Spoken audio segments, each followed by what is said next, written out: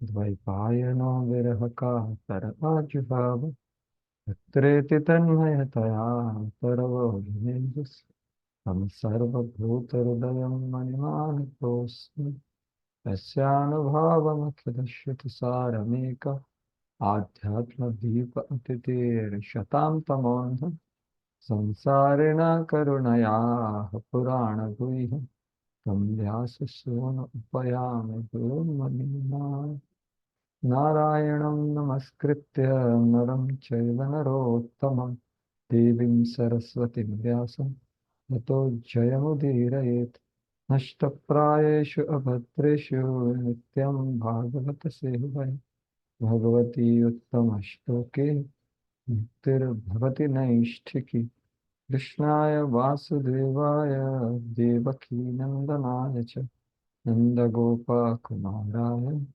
गोविन्दाय नमः नमः। ॐ अज्ञानतिमिरन्धस्य ज्ञानाञ्जनशलाकया चक्षुरुन्मिलितं येन तस्मै श्रीगुरवे नमः।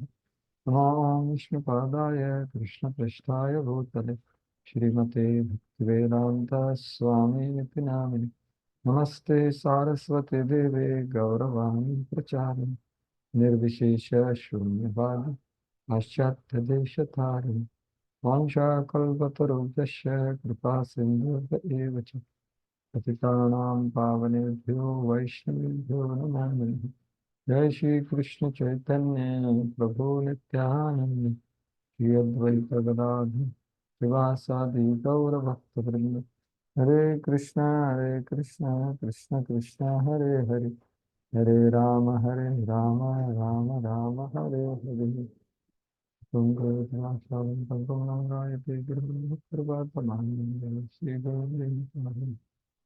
तस्मात्हं गतविप्लवैश्वरस्य सर्वात्मनामहि गृणान्यथा Manish चोजयो गुणविसर्ग अनुप्रविष्ट हेतुभूतमं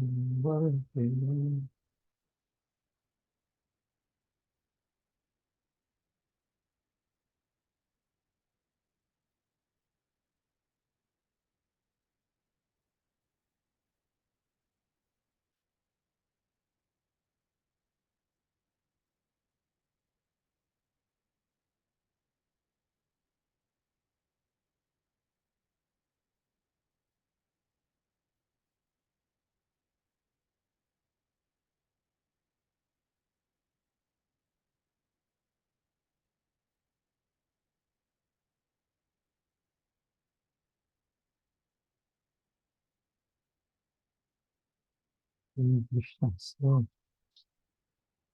as I told, let us, of course, we cannot sing like normally, but we will just pronounce this song. So, this is written by founder-acharya when he was there in Vrindavan, 5 years or more. And then he is writing this Vrindavane Bhajan. And in that, this is 10th song, which is somewhat connected to what we are discussing about right now. So, this song is, when I read first time, a month back, I felt it's very wonderful song. So, I'll just try to pronounce this song, right? And then some meaning of it. Sambandha janiye ba ye badvana yudhakare se tavasya thake aras bamare Sambandhana janiye ba jivana yudhakare se tavasya thake aras bamare संबंध न जनिजे बहाना पथ धाया कृष्ण प्रीत नहीं मिले वृथा जन्म जाया कृष्ण से संबंध आदि भालो कर बूझा से संबंध राखी तुम्हें माया सा से जूझा ताहा छड़ी होए ये बा ज्ञान कर्म वीर मोक्ष नहीं पाया तारा है तो अस्थिर संबंध जानिए बा Nirvana Yudhaka. Srila Prabhupada ki jai. So, what he is writing is staying in Vrindavan and observing so many things in Vrindavan Dham. Right? And there he is saying, my dear Prabhus, please know Sambandha properly. Sambandha means Sambandha Gyan specifically. And then you fight in struggle for existence. Yes, there is struggle for everyone. So they will only stay. Everyone else will die without knowing properly the Sambandha. Then same thing is saying ahead.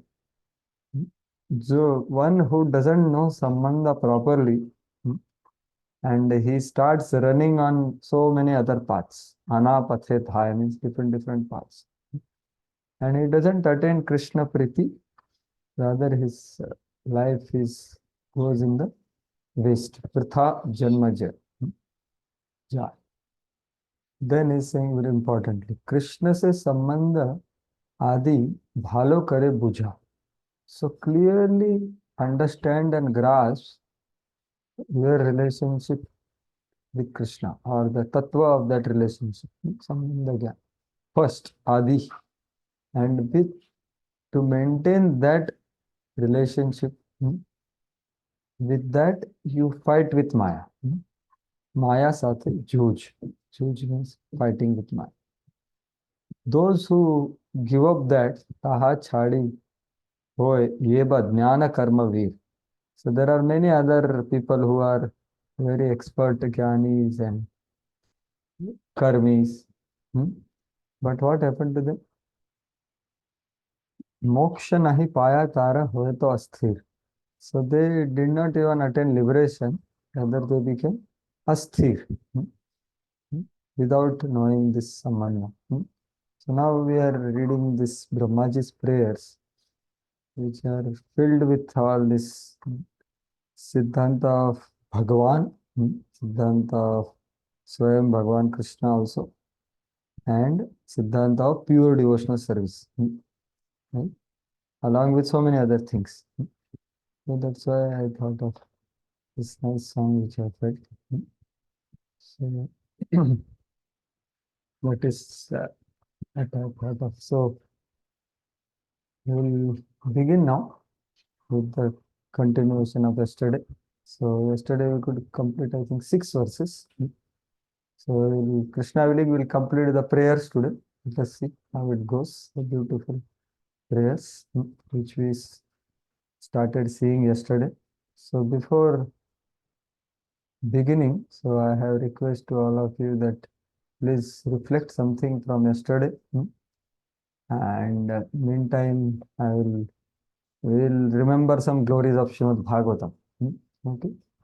Sarva Shastrabdhi Piyusha Sarva Vedeka Satphala Sarva Siddhanta Ratnadhya Sarva Lokaika Drikprada Sarva Bhagavata Prana Srimad Bhagavata Prabhu Kala Udhvanto Ditoditya Shri Krishna Parivartita Paramananda Pathaya Prema Varshaksharayate Sarvada Sarva Sevhyaya Shri Krishnaya Namostume मदेकबन्धो मत्संगी मद्गुरो मद्महाधनः मन्निस्तारकमद्भाग्यो मदानन्दनमोऽस्तुते असाधु साधुतादायिनि अतिनीचोच्चतारक आणां च कदाचिन्मा रेवणा हृत्कण्ठयो स्फुरामि श्रीमद्भागवत महापुराण की जय.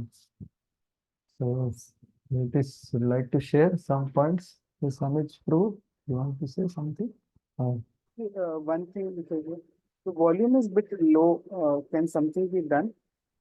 Where is it? Like it's audible, but like volume is bit low. Like Let's see.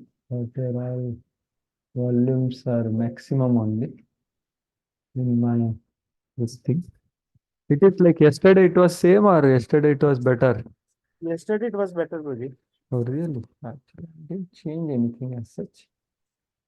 Other devotees also feeling the same. Is it Prabhu's other devotees? Anand Mohan Prabhu, Charanarvind Prabhu. Prabhuji, I can hear you well.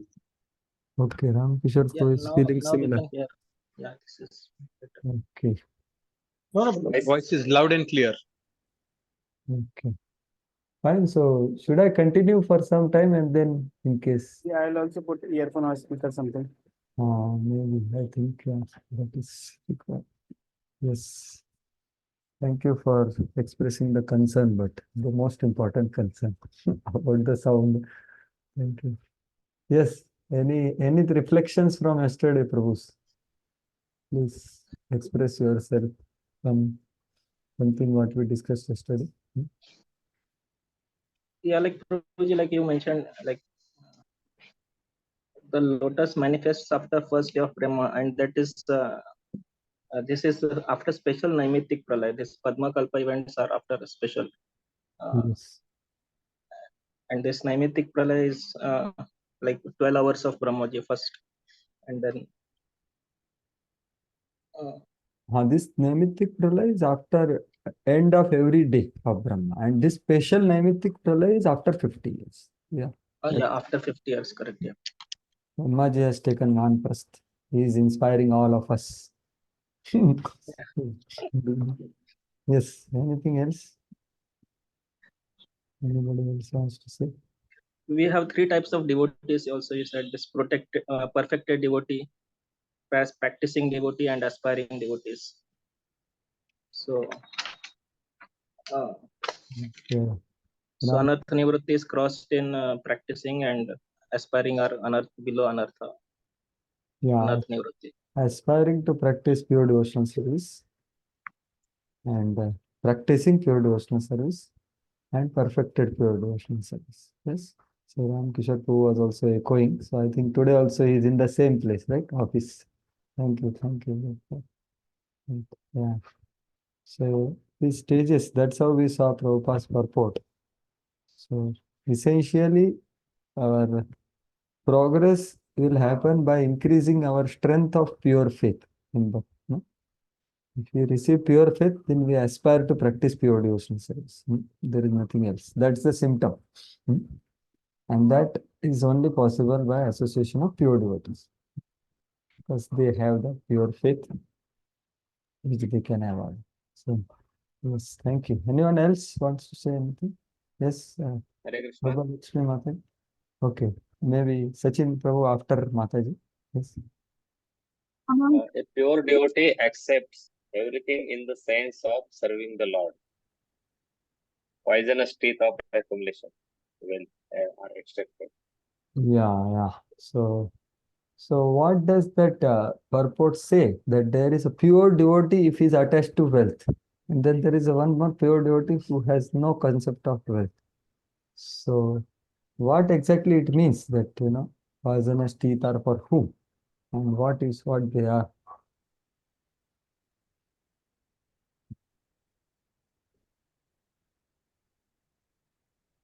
So it is referring to which kind of devotee, which we saw, right? 3 levels of devotees.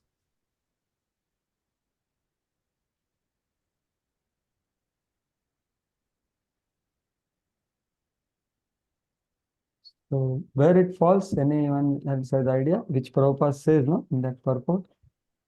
Very beautifully, pure devotee. Even if pure devotee has attachment to wealth, there is no problem. Like that. Right? Prabhupada says that. A snake's example. Yes. So that is which category of pure devotee that is? In the 3 levels. Second, Practicing pure devotional service. Means second one. Why second? Why not for the third? It is surely not first, right? There is no doubt about it is not first. But why you say that it is third? Ramkishore Prabhu is saying that the fans are for the devotees who still have material devotion. Yeah, He is passionate.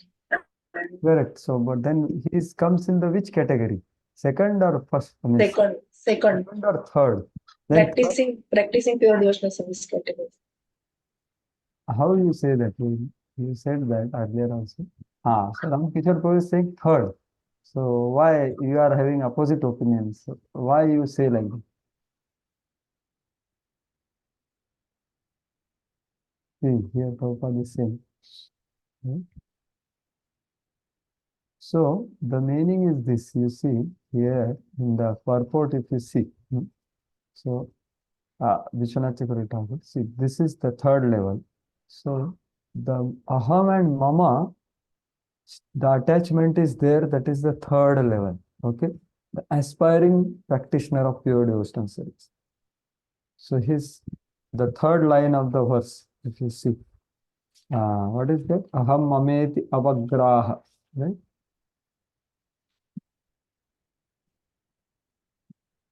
Tavan mameti asad avagraha arti moolam. So this is the lowest category of a pure devotee who has not accomplished anartha nivritti.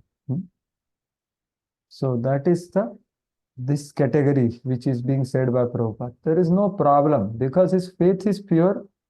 He would like to do, as he progresses, he will get purified because the fangs are removed.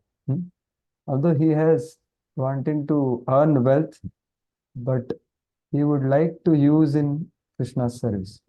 But he will not able to fully use because that's the meaning of anartha. They will have influence, but his faith. So there will be a tug of war, and that is the purification, the fight, the internal struggle is what the purifying element. And as he becomes further by that practice, then he comes to the second level. That is no attachment to aham and mam. That are first two lines. So in the course of this progress, what is happening? He is accepting the lotus feet of Krishna more and more. Yavan natengri bhayam pravrunita loka. So then the first two lines are, even if he has to think about his dravina, deha, sutta, surun, nimitta. So there will be some occasional shoka, occasional desire, occasional greed, like that. In the sense of in connection with the family members and all, but he will be completely fixed up because what has gone up, aham and mama, these two teeth are, he is not even attached to them now. But here two teeth are still there, but his faith is pure. So even if the snake has poison, but if he even bites, it has no problem. So his action should not be taken seriously. Right? Because pure faith has awakened. So that's how it's. So all of you, I think, know His Grace Krishna Chandra Prabhu. Some of you know, right? So he is a person who is doing so many businesses. And at one point of time, he went to his spiritual master and said, Haribol, I am ready to move in. And he did all his responsibilities to children and everything, business. But his Guru Maharaj told him that, Prabhu, your Vanaprastha is to continue the same business. That's all. So now now he is doing business for his spiritual master. There is nothing aham and mama there. And you see what all things he is doing along with his business. And not one business, many business. So this is that, very, very exalted platform. So there is no aham mama in that. Although he is engaged in business, using his intelligence, abilities, he is dealing with family members, and naturally the concerns and all will be there. But that's how this second and third category is being differentiated here. Okay, so, and that's what actually Anishthit Bhajan Kriya and Nishthit Bhajan Kriya, there are some symptoms which we need to introspect what happens there. Right? Lastly, now I think Mataji wanted to share something. Shobha Lakshmi Mataji. Prabhuji, before that, I have one question. Ordinarily also, like people who are not devotees, they also become satisfied at a certain time, like after earning wealth and all. Okay, so means what is the question? So means why this is only in case, not only in case of pure devotees that they are means not attached to accumulating wealth. Others also at a certain time they become satisfied. Maybe you have met someone like that, I think. Without practice of devotional service, with wealth, they are satisfied. I really doubt about it. Means, because yavan nate angri abhayam prarunitaloka. What does that mean is, unless they don't take shelter and accept the lotus feet of Lord fully, to that degree they will keep on being affected by all that things. So this is the experience which is talked about by Brahma, who is creating. So now the satisfaction which you might be seeing, it may be momentary or like that. So you can think of those people and see them whether it is consistent. Because without bhakti, it is not possible. Without pure bhakti. This Nothing. retirement of like voluntary retirement they take, because Huh? they take retirement also. Voluntarily they retire from their work because now they have enough money. Yeah, Mataji, but retirement is a symptom of satisfaction. After retirement, is it a proper symptom of satisfaction? I don't think so. You have to really see what is the real satisfaction is when you become free from aham and mama. And that is only possible by accepting Krishna's lotus feet. And there is nothing else other than this. So even if they are showing some dissatisfaction, which may be somewhat consistent, but at one point of time you will see they are not the way here he is telling, because the shelter is not there other than this. So that whatever you see, like yasyasti bhakti bhagavati akinchana, their qualities, they may display good qualities of detachment, satisfaction, and charity, and self, so much social service even after retirement. They may show, but as long as something doesn't happen in their life, then because they are driving, see, what is the other way? What that shloka says? Kuto harava abhaktasya kuto mahadguna. Where are the good qualities in non-devotee? Like that question is being asked rhetorically. And then he says, Manorathena sati dhavato bhakti. Because they are riding on the chariot of mind. So mind is currently taking them somewhere they are going. Tomorrow something happens, they will go somewhere else. So that's what is to be understood. I hope it gave some indication. I don't know what you meant to say exactly. When you say about there are non-devotees who are becoming satisfied, getting retired. So does that make some sense, Nathan? Actually, even if they are retired, they don't use their wealth in the service of the Lord. So, I'm not able to clearly hear your words. Can you say it again once? Prabhuji is like, even though they are, even though they are doing charity, but it is not for the Lord. Yes, correct. So that's how it will have repercussion on him, right? The charity, because it will be in passion and ignorance. And we don't know. You just see the activity of charity. You don't know. It might be given to get name, fame, prestige. And what charity they are giving. If charity is given as, no, it's so important because they get reaction of it, right? So that's why I'm saying, whatever you see, just see it over more years, then it will be very clear. Because the consistency won't be there. And the consistency in their actions and their qualities won't be there because of the manorath. Because all actions are maybe Vedically done, maybe Vedic, some of them, but not Bhakta, then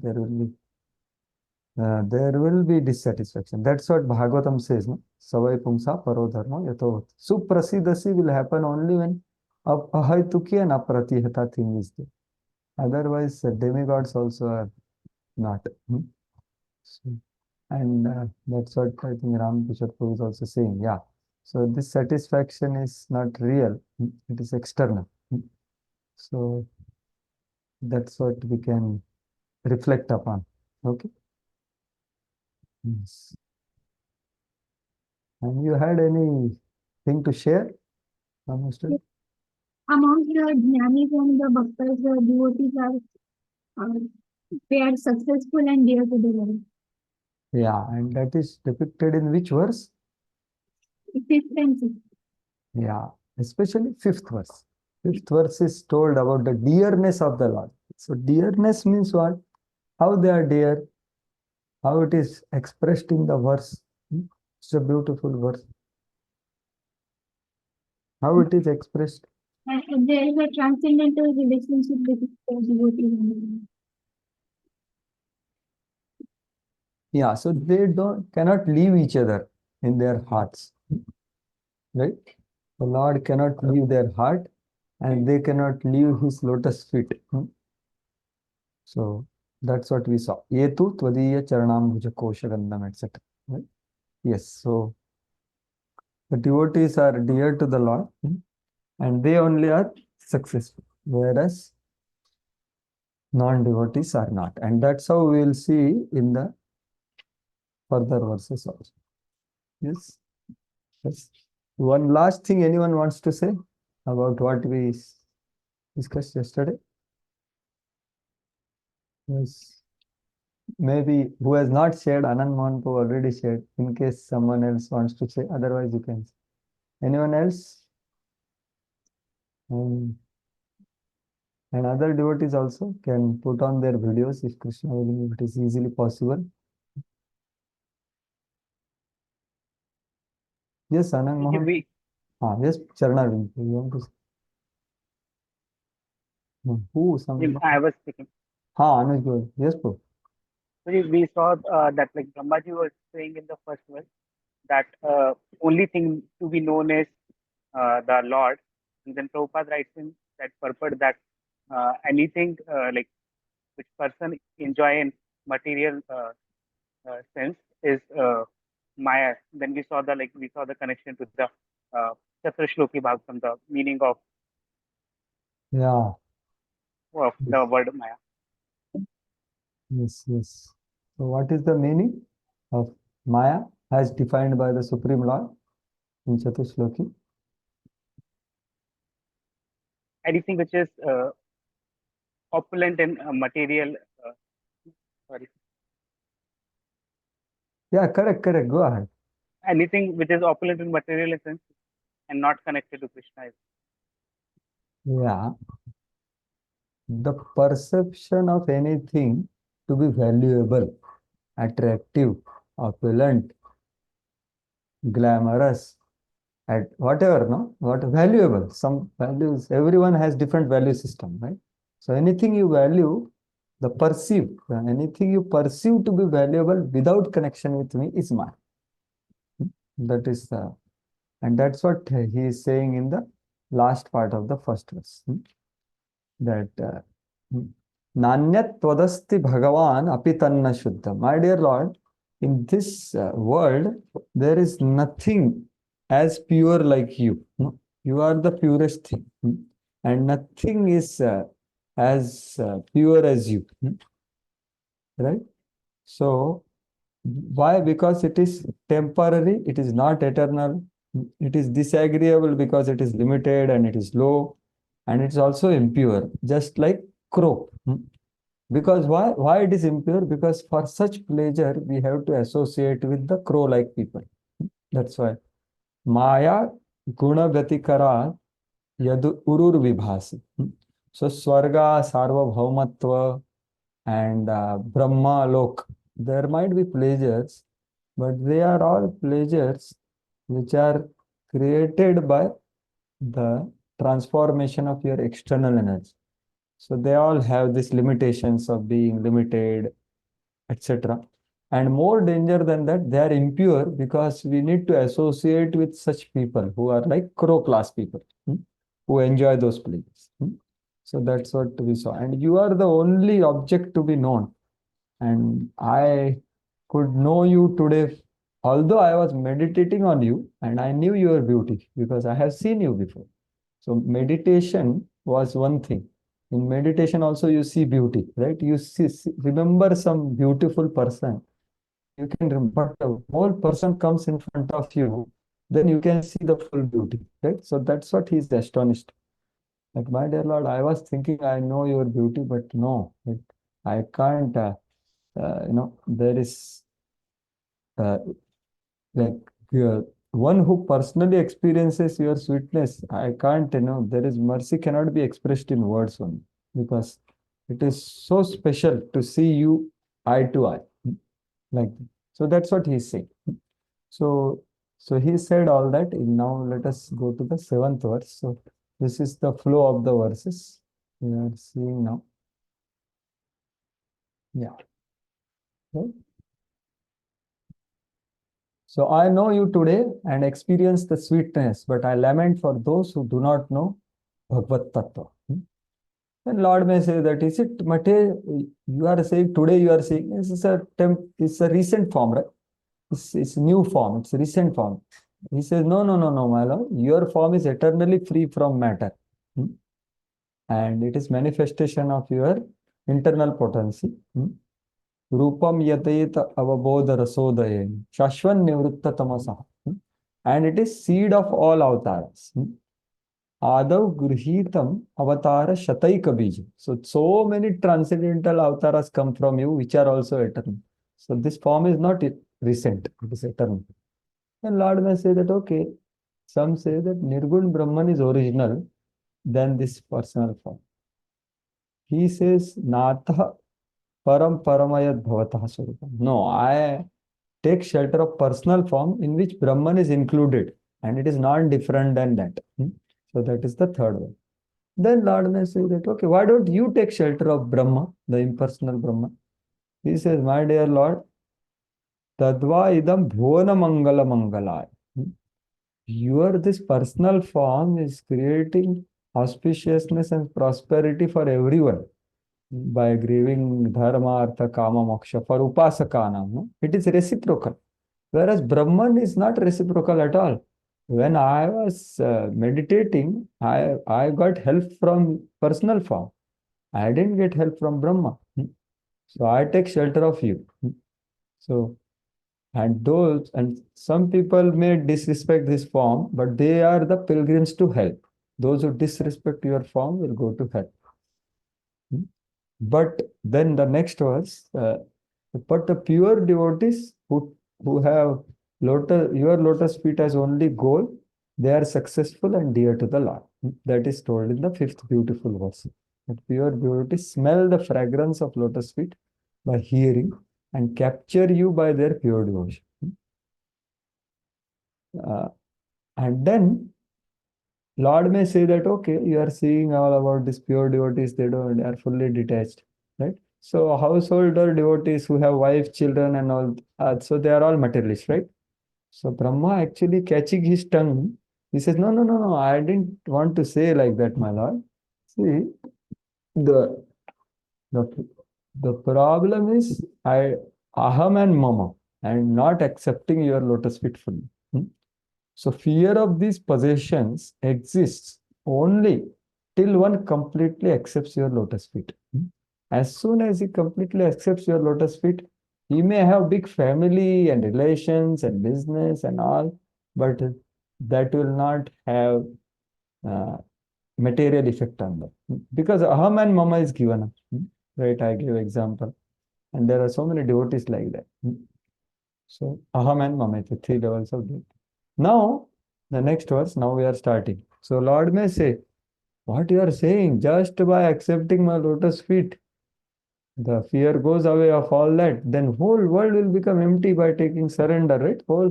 Everyone should be intelligent to surrender to my lotus feet. Who will be left in the world? Like that Lord may say. So he says in the next verse, no, my Lord, there are people who are offensive and averse to Krishna Katha. Daivena tu hatadhyo bhavatah prasanna. So they will be here because they will remain attached to the material happiness, which is very, very tiny, and which is very, very short time. And they will continue to do sinful acts. So that is 7th verse. So we are just seeing the overview and then we'll go to the verses so that we can go a little quickly. We see the flow. And then the 8th verse, Brahma is telling that I lament for those others who are like animals, who are devoid of understanding their own benefit. So they are always disturbed. The innocent, ignorant living entities are always disturbed by the threefold miseries and the problems of lust and anger. So Brahma is despondent upon seeing threefold suffering of foolish with lust and unbearable anger. So that's what he expresses, his dissatisfaction to see them. Then Lord says, my dear Brahma, why you are lamenting? See, Brahma Satya Jagan Mithya. This material existence is factually worthless only. It's superfluous. It's not real. Why you worry about it? Why you lament? So, in 9th verse, Brahma says, my dear Lord, yeah, I understand that this is superfluous, but this is not, it is material world. As long as living entity identifies with his body, prathaktva, his samsara will continue and he will continue to experience multitude of miseries. Dukkha nivaham. So that's what he says. So here the philosophy of Mayavad is refuted. Right? So, and then Lord may say that, okay, we are saying these people are ignorant, right? That the verse number 8th, sorry, 9th. Ignorant people, they are affected. So, okay, you cultivate knowledge, and by knowledge, samsara can be crossed, right? By jnana, samsara can be destroyed, as samsara is called by ignorance.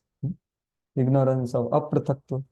The 10th verse, he says, no, those who are even yogi, no, rishis or jnanis, who are averse to Krishna Katha, so they are knowledgeable, but they are averse to Krishna Katha, they will continue to take birth again and again. So that's what is the 10th verse. And then he glorifies bhakti. See, jnana has to be mixed with bhakti to actually give one liberation or any result which he wants, karmi or jnani.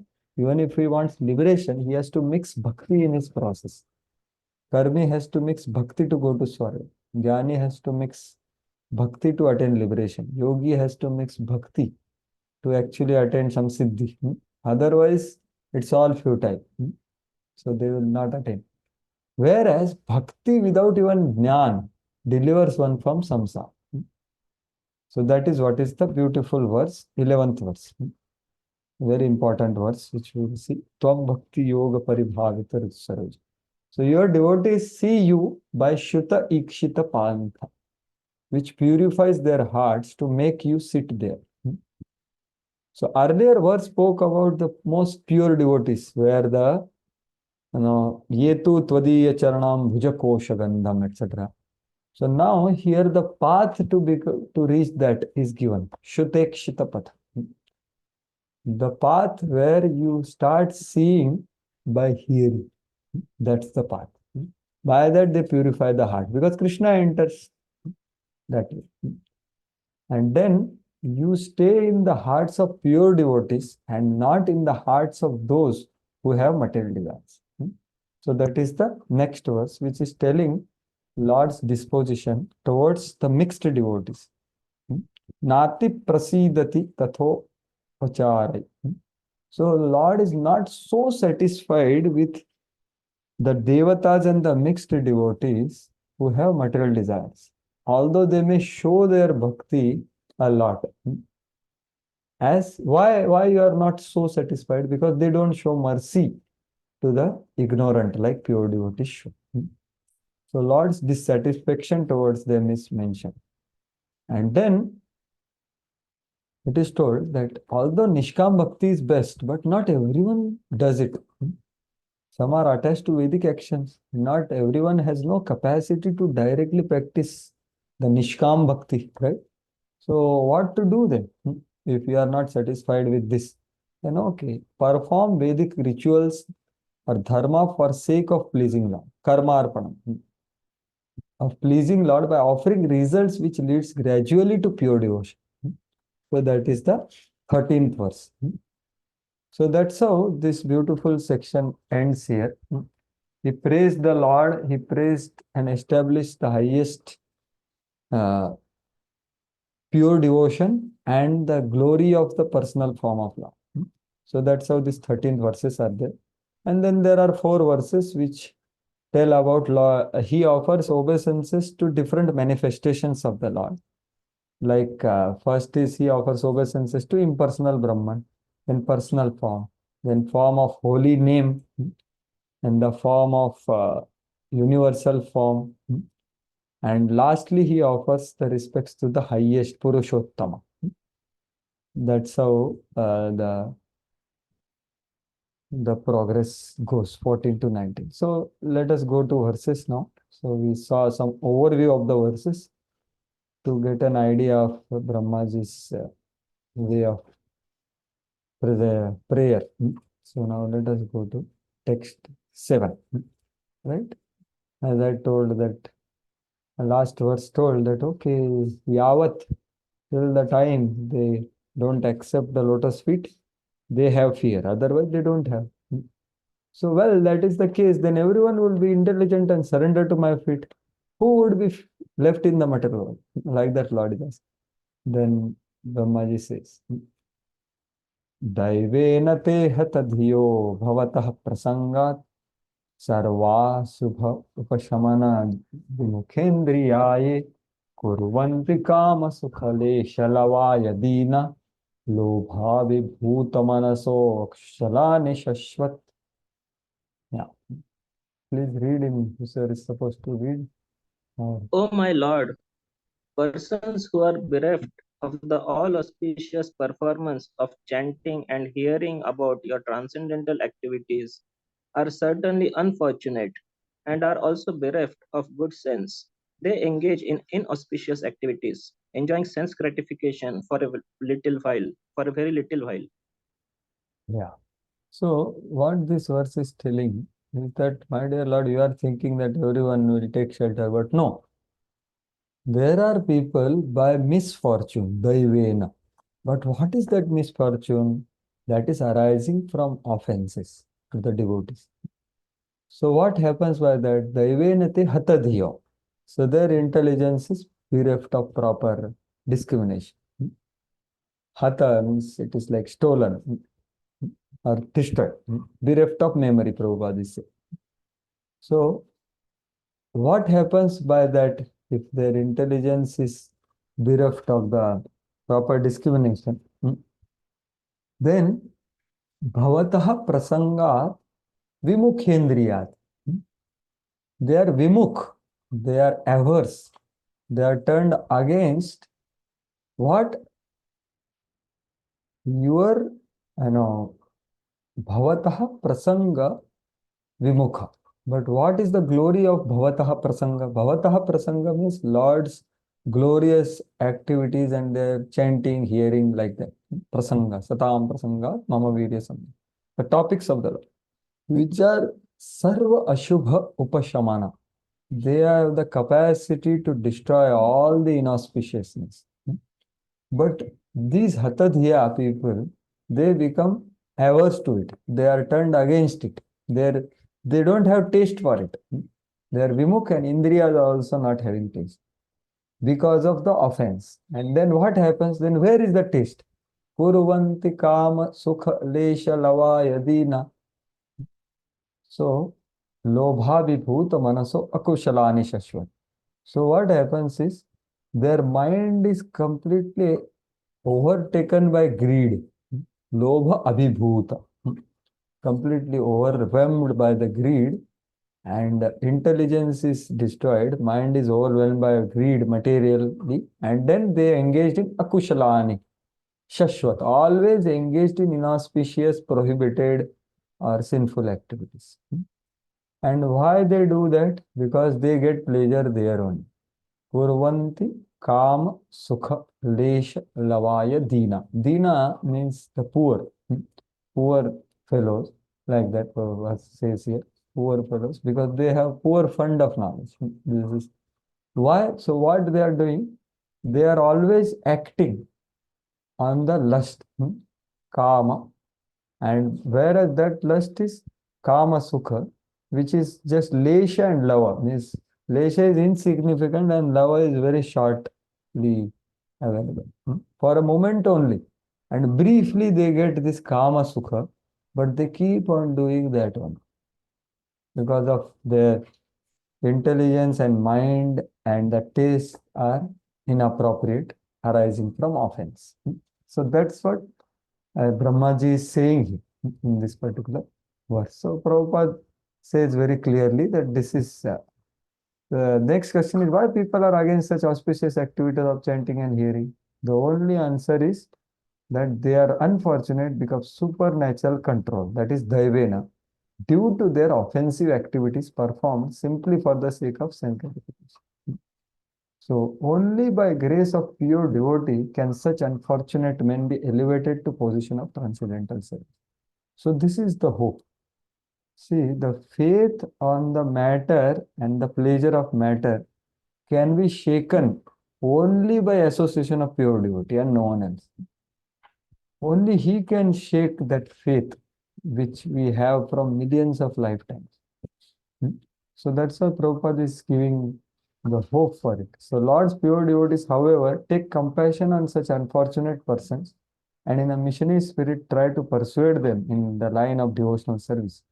So Prabhupada is writing this third canto. He is there in America only and he's dealing with such people, right? And he has given them, the hippies, the taste of the process of pure devotional service, right? So this is the only way actually, because they shake the foundation, right? So that's what Prabhupada says in this verse. So inauspicious activities are described in the next verse, like that Siddhar Swami says, by Brahma, who becomes distressed seeing the living entities. So Prabhupada's compassion and Brahmaji's compassion, right? The 8th verse.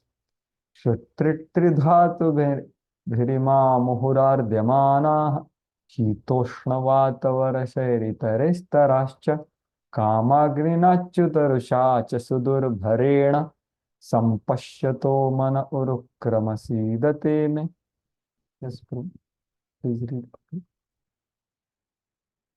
You're supposed to read. O great actor, my lord, all these poor creatures are constantly perplexed by hunger, thirst, severe cold, secretion and bile, attacked by coughing winter, blasting summer, rains, and many other disturbing elements, and overwhelmed by strong sex urges and indefeasible anger.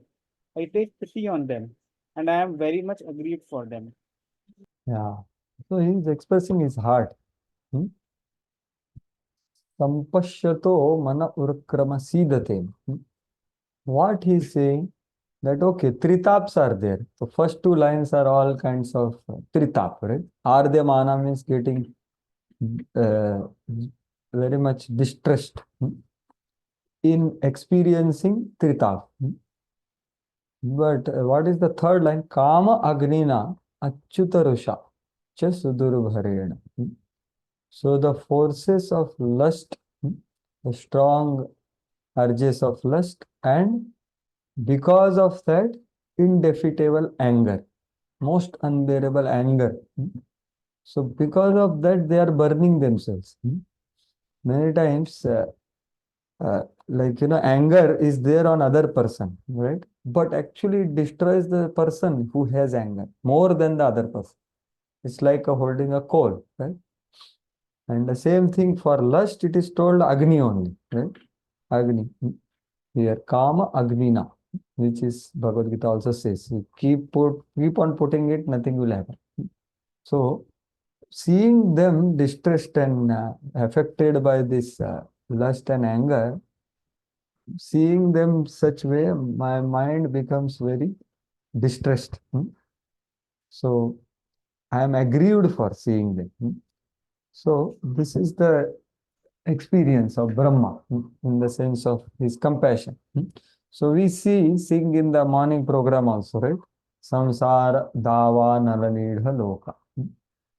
So what is that fire which is being spoken in the first verse? So once His Holiness Haldar Swami Maharaj was quoting this verse and saying that how many of you are feeling right now that fire of samsara? Are you feeling that your kurta is burning? So I said, Miss, I was thinking, no, I'm not feeling like that. So maybe sometimes I feel I'm in the AC actually, nice fan is there. So unless we feel the burning of this, that they are burning me, sometimes you don't feel them as burning. Lust, anger, greed, pride, envy, illusion. Actually, they are burning, but we don't feel like that. That is the condition. So he was saying like that. So why? Why? Because till the time we don't feel that burning, till that time we may not able to fully receive the rain of the mercy of spiritual master. Because there is no burning sensation. No? Samsara davanala idaloka tranaya karunya gana. So Guru's Vani is like nice shower with the cloud. So that will be felt when we feel burning, and that burning thing is nothing but expressed by this verse, Kamadinam katina katidha palita durnideshas. So there is a beautiful verse. I think this is by whom? Anyone knows? This is, I think, anyone has heard this verse? That I have been serving this masters, Kama Adi, from millions of lifetimes. But now I have got intelligence. So that is, I think, whose verse? Anyone knows that verse? Who has composed this verse? Very beautiful. I think so, Prabhu. I'm just opening. Yeah. So this is the feeling which I aspire to come one day. That, see, Kamadinam katina katidaha palita durnideshas. I have been serving this Kama Adis from their wrong instructions for a long time as masters. Tesham jatamai na karuna na trapa no pashanti. They have never shown, these masters have never shown any karuna to me. There was no holiday. There was no satisfaction they showed when I served them. So, na karuna. Natrapa, I was shamelessly engaged in all that. And it never gave me also satisfaction. Neither me, neither them. So, utsrujjaitan athayadupate, sampratas labda buddhis. Today, samprata means today I got labda buddhi, proper intelligence by mercy of Guru. Hearing from him that this is all burning actually. Utsrujjayetan. So I am giving them their service now. I am designing for them today. I am not going to serve. Tvam ayataha. I have come to you. Sharanam abhayam mam nim shatmadas. Very beautiful verse. Please read the translation. Oh my Lord. Yes. Oh my Lord, there is no limit to the unwanted orders of lusty desires. Although I have rendered these desires so much service, they have not shown any mercy to me. I have not been ashamed to serve them, nor have I even desired to give them up. O my Lord, head of the Yadu dynasty, recently, however, my intelligence has been awakened, and now I am giving them up. Due to transcendental intelligence, I now refuse to obey the unwanted orders of these desires, and I now came to you to surrender myself at your fearless lotus feet. Kindly engage me in your personal service and save me. Yeah. So this is beautiful verse. I think, yeah, there it's not given, but mostly Kulshekar only. So actually, this is what the previous verse was telling, approaching lotus feet of love. So this is a personal experience of a devotee that he is troubled by it. The more we feel burning, more we take shelter. Otherwise, the same thing will go on. The feeling of burning, the feeling of no pashanti, shame, and all that, he is expressing. So that is what is essential. And then only we can approach the lotus feet of the Lord. That's why the previous verse also spoke, and here also, right? By taking shelter of Lord's lotus feet. So by hearing about them from the devotees, right? And then we may feel the burning, that okay, this lust is burning me, this envy is burning more than lust. Envy and all those anarthas, they are actually burning, but they appear pleasurable if we are not properly introspecting. So Prabhupada says that only, and his compassion. Not knowing adequate measures for relieving such difficulties, suffering persons sometimes pose themselves as leaders of the people. So Prabhupada is seeing such people actually who are distressed, they take up the leaders. That is like andha yathamdhera upaniyamana. So that is blind man leading other blind man in the ditch. Or taking the shelter of the dog's tail, or the boat which is like made up of stone. So that's what is stone. So unless the devotees of the Lord take pity on them and teach them the right path, their lives are hopeless failures. The devotees of the Lord who voluntarily take to responsibility of raising such foolish materialistic sense enjoys are as confidential to Lord as Brahma.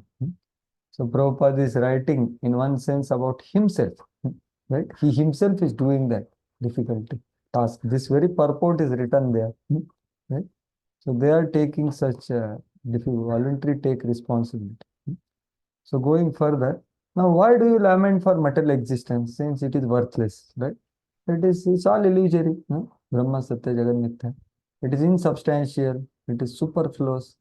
Why you worry about? Why do you lament for something which is experiencing dream? Right? The living entities are in dream suffering. It's not real. Why you are suffering? Why you lament? So then he says, Yavat prathaktamidam indriyartha maya balam bhagavato jana isha pashit tavanna samsmritirasau pratisankrameta vyarthapi dukkha nibaham mahati kriyartha. Yes, bro, please read.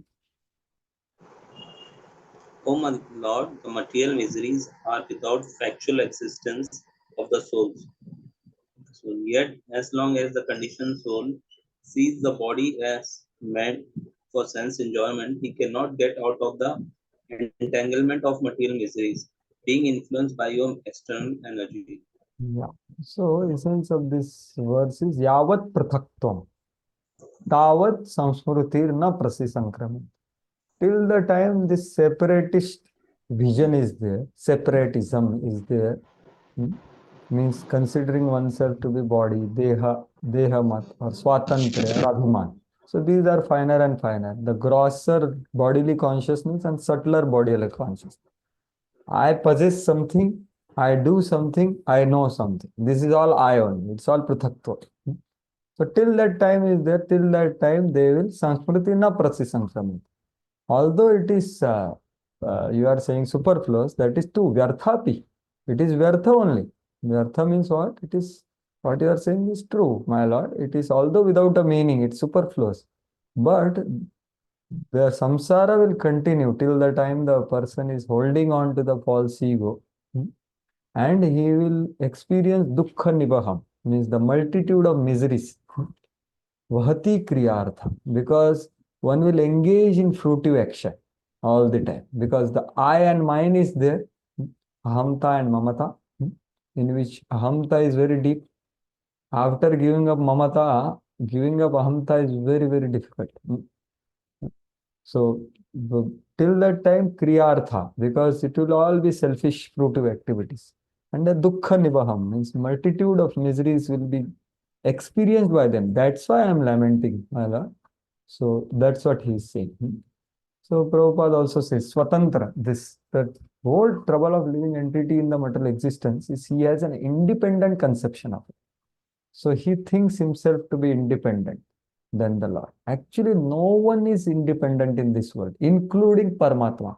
Only Swayam Bhagavan is independent, right? Means I am just extending. So Only thing, one becomes controlled, one becomes controller simply by their pious activity. Someone does pious activity, becomes sun god, and someone does some activity, becomes human being. So, but I cannot, if I want to see, I am dependent on sun god, right? For I, right? But is it that sun god is fully independent? No, he is also controlled. So in this world, no one is independent other than Krishna. So that is pruthaktva. Pruthaktva means I am separate, I can have something separate, etc. No, become family, make your family Krishna's family. Then everything will happen wonderfully. Then Krishna, my family, I will separate, and Krishna is different. No, not like that. The separate conception is, and then Prabhupada is telling that everything has to be dotted. So his constitutional position is to dotel himself with the desires of Supreme Will. So the living entity has to dotel himself with the Supreme Will. That will help him get out of the entanglement of material existence. So the doteling means acting according to Krishna's plan and making Krishna a part of our life. That's how that independent conception is given. So 11:10, this all can be seen. So that is what is this verse. Now, the next verse, he says that, okay, you are saying, okay, ignorant people are having problem. So samsara is caused by ignorance. So by cultivating knowledge, one can give up samsara. So, or in other words, Vishwanath says, one should not say. So this next verse is going to show this. That one should not say that material existence caused by ignorance will be destroyed by jnana. Because even jnana is devoid of bhakti continuing in material. So that is what is the next verse. So, ahanya pratartha karana nishini shayana nana manoratha dhiya kshana bhagda nidra daivahatartha rachana rashayopi deva yushmat prasanga vimukha iha samsaranti. Yeah, please. Such non-devotees engage their senses in very troublesome and extensive work, and they suffer insomnia at night because their intelligence constantly breaks their sleeps with various mental speculations. They are frustrated in all their various plans by supernatural power. Even great sages, if they are against your transcendental topics, must rotate in this material world. Yeah, so here in one sense, two kinds of people are spoken. Okay, so there are non-devotees only. One are sages who have knowledge, who have discrimination, who have spirituality, but they are against vimukha, bhavat prasanga vimukha. Even previous verse spoke, right? Previous to previous. They will continue samsara. And the other category is too much actively engaged in fruitive activities. So they are the people. Apratartha artha. So ahatartha, frustrated. They have so many plans. So what happens? They are not even able to sleep properly because of so many diseases, so many mouth ulcers, and they, even if they sleep, their sleep is broken by so many dreams which are disturbing dreams. Like that is being said. If you see, the Prabhupada has written a very big purport here, criticizing the industrial so-called revolution or devolution. The Harit Kranti or whatever, so many Krantis are there. They are all not Krantis, they are all destruction. So factory is another name of hell, Prabhupada says in the purport. So he is seeing that all over, in the West especially, and he is seeing that people are working so hard in the wrong direction. So, but they don't even able to sleep properly.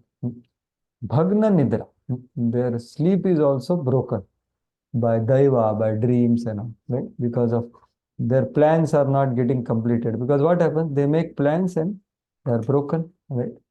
Because whose plans work? So they are not dotating. So that is the problem.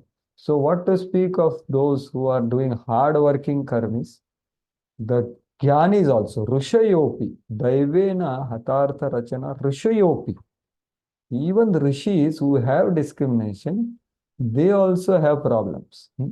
Right? So there is like, I heard, I think in Journey Home or somewhere. So there, no, may not be in Journey Home. There are the sages in Himalayas. If there are more followers for one person and other, so there is envy there, no? Right? And there was one case that the person made other person, get killed, etc. So the problem is there also. Even after giving up so much gross things, the subtle things are still burning, right? So that's how the whole thing is told. So big purport, as I told, the essence of it is the gigantic plans of heavy industrial enterprises are being criticized very heavily. So no taste for devotional service. That is the Bhavat Prasanga Vimukha. So factory is another name of hell. Night hellishly engaged person take advantage of wine and woman and satisfied their tired senses. So they become tired and then they take to this shelter. And they are not even able to have sound sleep because of their various mental speculative plans constantly interrupt their sleep. They feel morning sleepy. Actually, so many things he writes actually here. Even mouth ulcer and all are written, I think so. All these people who are against the principles of devotional service are destined to rotate in the material world. Samsaranti, without faith. And then Prabhupada says only solution is devotional service. That is, in this current age, even sages, see many sages who have tried to invent their own system of religion. Now he shifts to sages without reference to bhakti. So they cannot, but there cannot be any religious principle without devotional service to Lord. So I said, no, the karma, jnana and yoga has to be mixed with devotional service to actually get the result. Otherwise, there is futile. Moghasha, mogha karbano, mogha jnana vichetas. Rakshasim asurim chaiva prakrutya mohinim shrita. So those who do avajananti, they may be devotees, they will not attain Vaikuntha. If they criticize the two-handed form of Krishna to be material, even if they are devotees of Narayan, they will not attain their desired Vaikuntha. Moghasha. Mogha karmano means karmis, which are, and mogha jnana means these people, right now what we are discussing. Without reference to devotional service, they will not attain anything. Because religious principle means what? Dharma, by doing dharma, you get artha and moksha also. Right? So that's why it's told. There is no question of any result properly. So, like that. And then Prabhupada goes into say about the people who, because anadrita yushmad angrayaha, right? The people who think themselves liberated in Brahman, but they vimuktamaninas, they think themselves to be liberated, but they fall. Patanti adho anadrita yushmad angraya. They fall down because of the disrespect at your lotus feet. Yushmat prasanga vimukta. So that's what he says here. And they are proud actually, very much. So that difference is there. Therefore, no one can manufacture any system of religion without principle of bhakti. So bhakti has to be there in every process, every aspiration anyone has, any kind of upasaka, we'll see in the future verses. The bhakti has to be mixed. So that is any system which leads to one to devotional service of Lord and nothing else is actual religion or philosophy. And then he quotes Yamraja's verses of the real dharma is told by the Supreme Lord. So, and which is very confidential, which is very difficult to understand, and Vishuddham, very pure. So that's what also Prabhupada says. The principles of religion are not open to any ordinary living entity. They are just to bring the human being into platform of morality. So to understand what is actually religion is very difficult, even one is situated in the principles of morality and non-violence. right? Even if one is living by morality and non-violence, we know one personality which we are seeing here. So he was fixed, but he didn't understand what is actual religion. Although Prabhupada wrote a letter, somehow it didn't reach.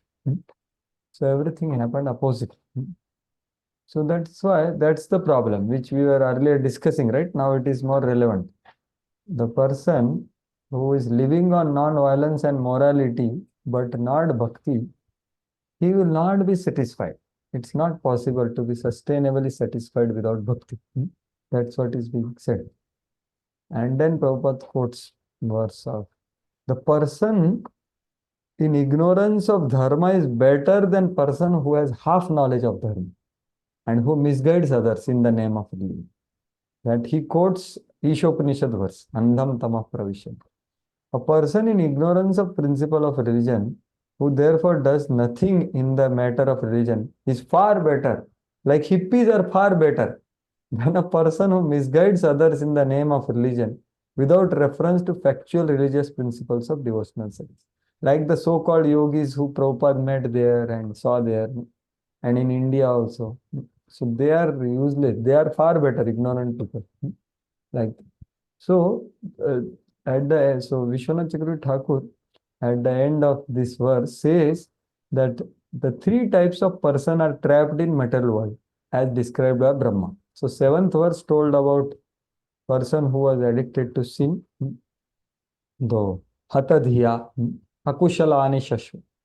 Then the fool bewildered by hunger and thirst described in verse 8, where Brahmaji was feeling distressed, and the jnani described in this verse. So they are all, they don't go out of this samsara. That's what is told. Now the next verse is glorifying the power and potency of pure devotion. That jnana without bhakti cannot give liberation. But bhakti even without jnana delivers one from material existence. And not only that, bhakti, the Lord becomes dependent on the devotee. That is what is told in the next beautiful verse.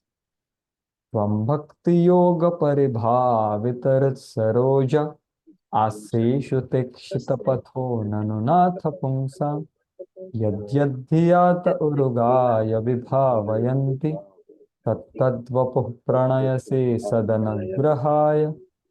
Yeah, please read the translation. Who's supposed to read?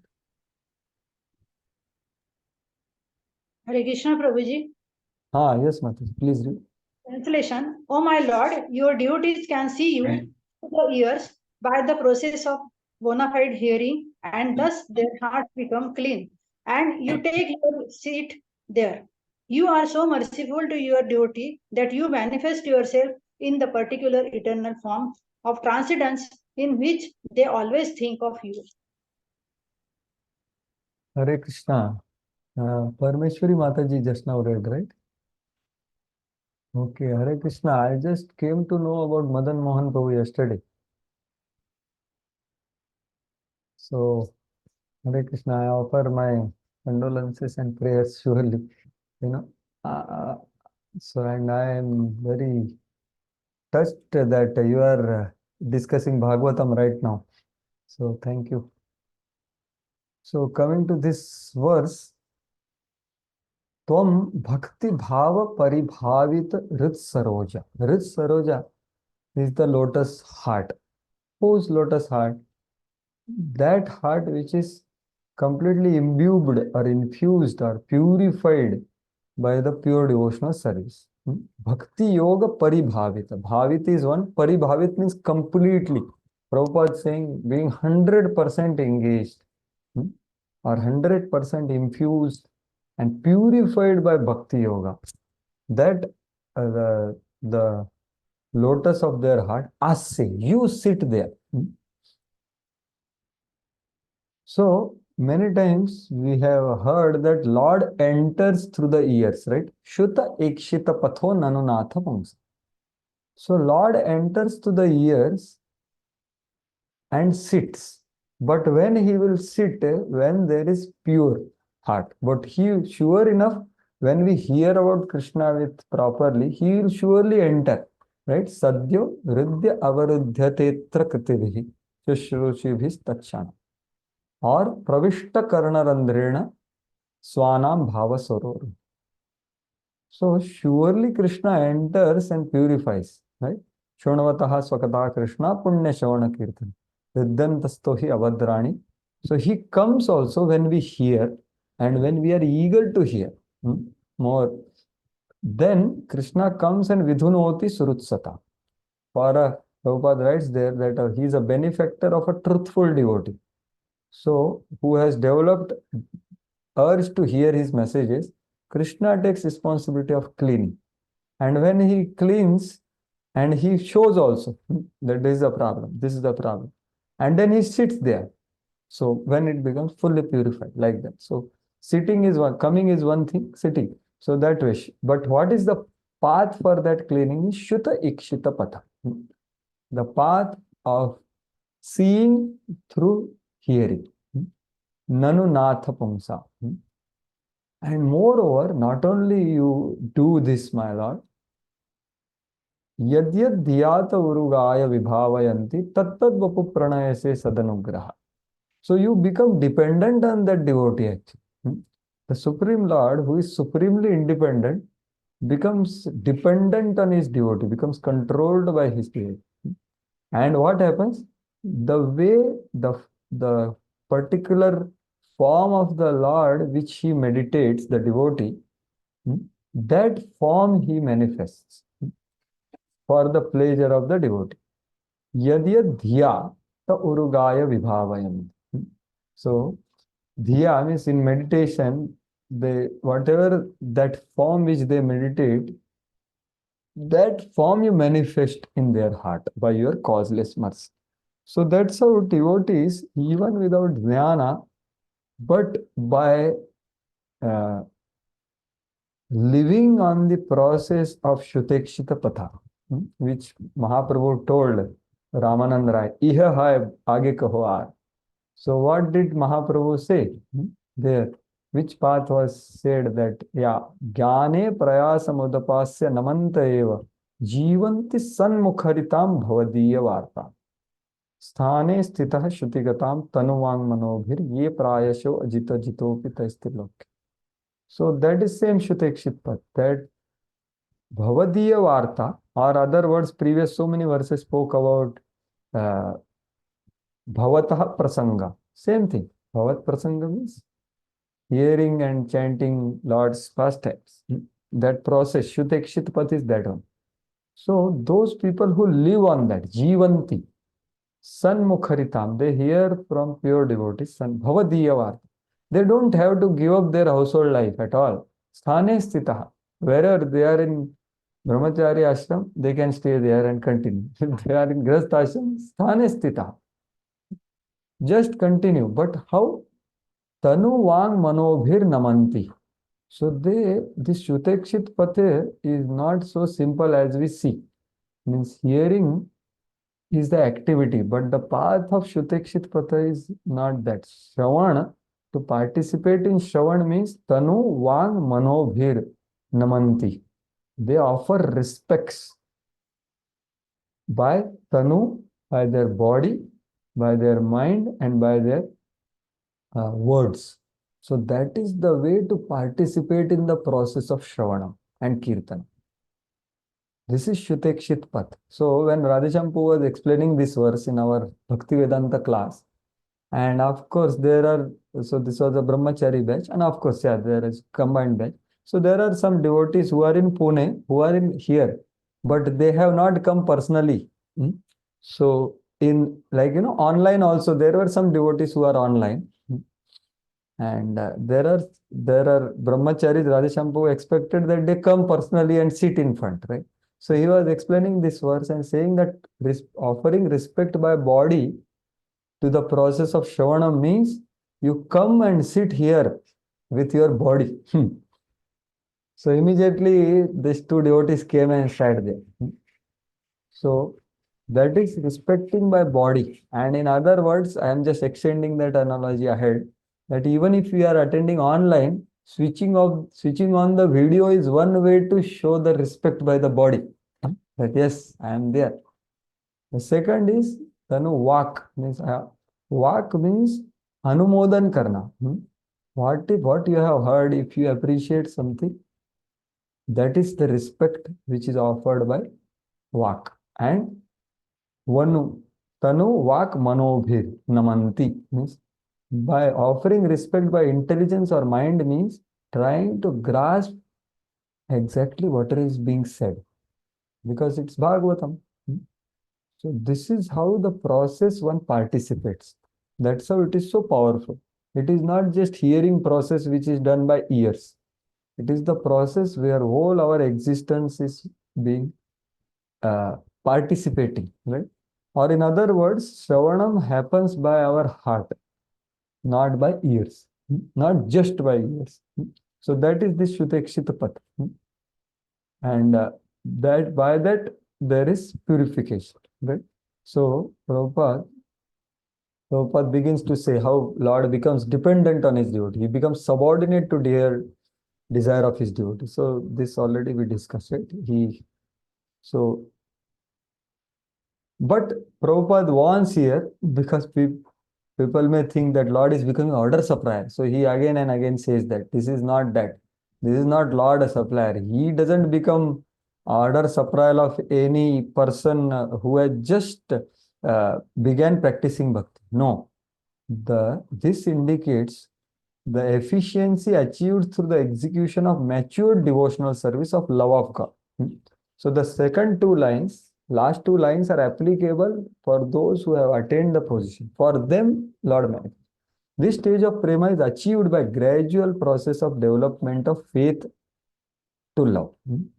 Right? Adav Shraddha to prema. So that is what is being told. And how to do that? Yeah, please read this.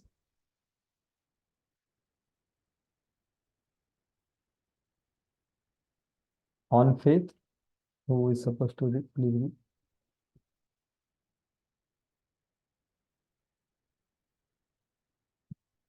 Hare Krishna.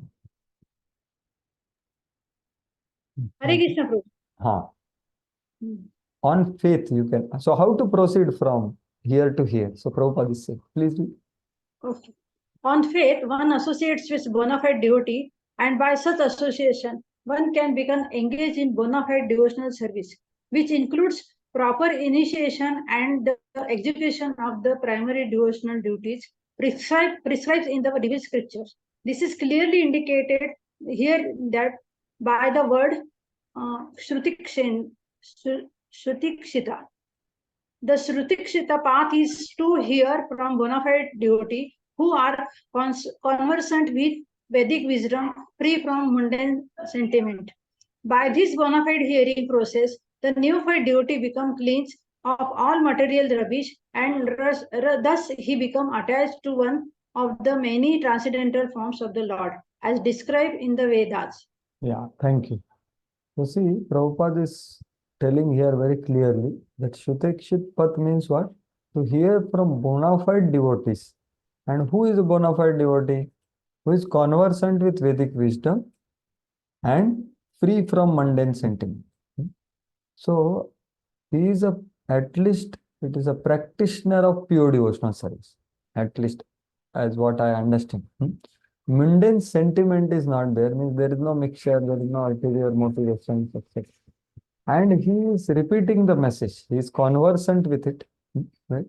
So that is the case. And by that the purification will happen. So same Prabhupada, that's why he says that in the very second verse which I was quoting, right? What is that? Sadhyo Ruddhya Avaruddhyate Atra Kritibhihi. There Prabhupada says the process is simple, but application is difficult. So the process of Shravanam appears to be simple, but the application is difficult. So this already I explained, that how it is not just putting, here we have to have full existence trying to receive what is being said by someone on Vyasasana, right? Then it will have effect. And then he is telling that this particular attachment is invoked by practice of regulative devotional service. So Vaidhi Sadhana Bhakti, one will go. That's what the same theme is continuing. So Lord, and then again he comes, the Lord does not disclose himself to a casual or unauthentic worshipper to be exploited. This is confirmed in Bhagavad Gita, Naham Prakasha Sarvas. Rather, by Yog Maya, the Lord remains concealed to the non-devotees or casual devotees who are serving their sense gratification. So, see, Prabhupada is both, they is putting casual devotees who are serving their sense gratification. So, earlier what he said, that we no mundane sentiment. So that's why he's saying casual devotees. The Lord is never visible to pseudo devotee who worships the demigods in charge of universal affairs. So there are, that's how the authentic person is important. The conclusion is that Lord cannot become the order supplier of a pseudo devotee, but he is always prepared to respond to the desire of pure unconditional devotee who is free from all tinges of material infection. So that is the case. That's why whenever we get an opportunity to associate with such person, like the the great Prabhupada's disciple, gurus, sannyasis, then we should throw and get, because they have this power actually. If we receive their message, then it has a lot of potential because they have this qualification. So that's why. And the Vishwanath Chakravarti Thakur writes very important thing here, which I'm just reading. Shutekshit Path. Your path is first being heard about from the mouth of Guru, then seen, and then directly served. Shuta Ekshita Patha. By this path, you are brought to devotee's lotus heart. So what does this mean? The implication is that the devotees know this path of sadhana bhakti well. So that's why I sang the song, Sambandha Janiyeba. So we have to know the process of sadhana bhakti properly. The consequent implication is that the person who desires to attend the Lord should understand this path properly. So because sadhana bhakti, the process is Anna Bilashita Shunyam Jnana Karmadi Anavritam. That is called sadhana bhakti. Sadhana bhakti is not just anyone doing any bhakti. No, according to Rupa Goswami, sadhana bhakti means one who is trying to practice this verse of Bhakti Rasamrita Sindhu. So personally, I heard, like recently, I think Kamal Lochan Prabhu had come, right? So such a brilliant class he gave the other day. So he was, in our course of discussion, he was saying that there are very few sadhakas in ISKCON. So I was wondering why he's saying like that. And something similar, his guest Gaurang Prabhu was also saying that earlier days, Prabhupada's days basically, the entire ISKCON was 18.66. Sarva Dharman Parityajya Mamekam Sharanam. But right now it is entire Bhagavad Gita. So means what? So I was wondering what it is. But that's what it is. The practitioner of pure devotional service has that Sharanagati, But then there is Karma Mishra, Jnana Mishra, Yoga Mishra, and so many things.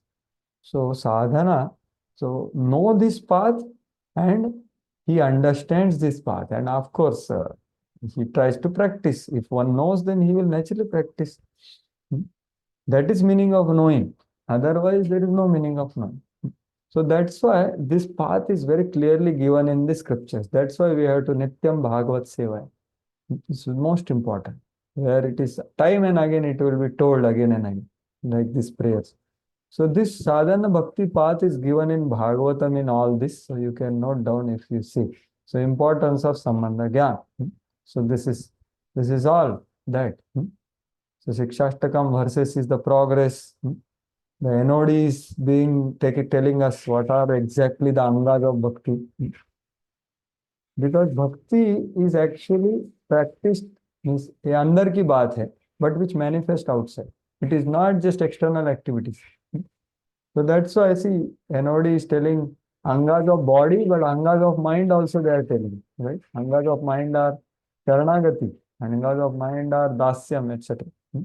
And then first two chapters of Bhagavatam, second and third chapter where the Avideya is mentioned very clearly. Then Narada Muni telling in fifth chapter. Like that, all these sections are there where we should really try to understand what is this path properly. Shutekshit path means what? Exactly. So that is the thing.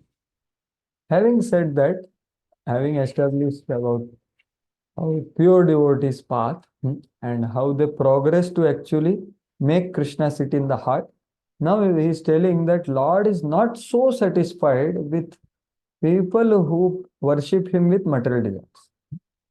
So he is saying, Nati prasidati tatho pachito pacharai आराधितः सुरगणैर्विबद्धकामैः यत्सर्वभूतदयया सदलोभ्यैको नानाजनेष्वहितः सुहृदन्तरात्मा.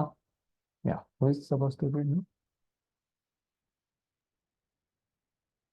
My Lord, you are not very much satisfied by the worship of the demigods who arrange for your worship very pompously with various paraphernalia, but who are full of material hankerings. You are situated in everyone's heart as the super soul just to show your causeless mercy, and you are the eternal well-wisher, but you are unavailable for the non-devotee. Yeah, so this is a very beautiful verse actually. There are a lot of things in this verse, but we are not able to discuss the entire thing. But shortly it is like this. He is saying, Nati prasiddhi, you are not so satisfied. Means what? He is little bit satisfied because one is approaching Krishna at least for worship. But what is the problem? Suraganai Hridi Baddha Kamai. So Suragana are some examples of people who are having Hridi Baddha Kamai. There are a lot of material desires in the heart. And so having material desires is one thing, but worshipping Lord with material desire is another thing. So what is the problem here is, with the material desires, they approach the Supreme Lord. And what they do? Tatha upachitopacharai. So lot of worship will be shown in a very pompous way. Aradita. Lot of external show off will be there of the worship of the Lord.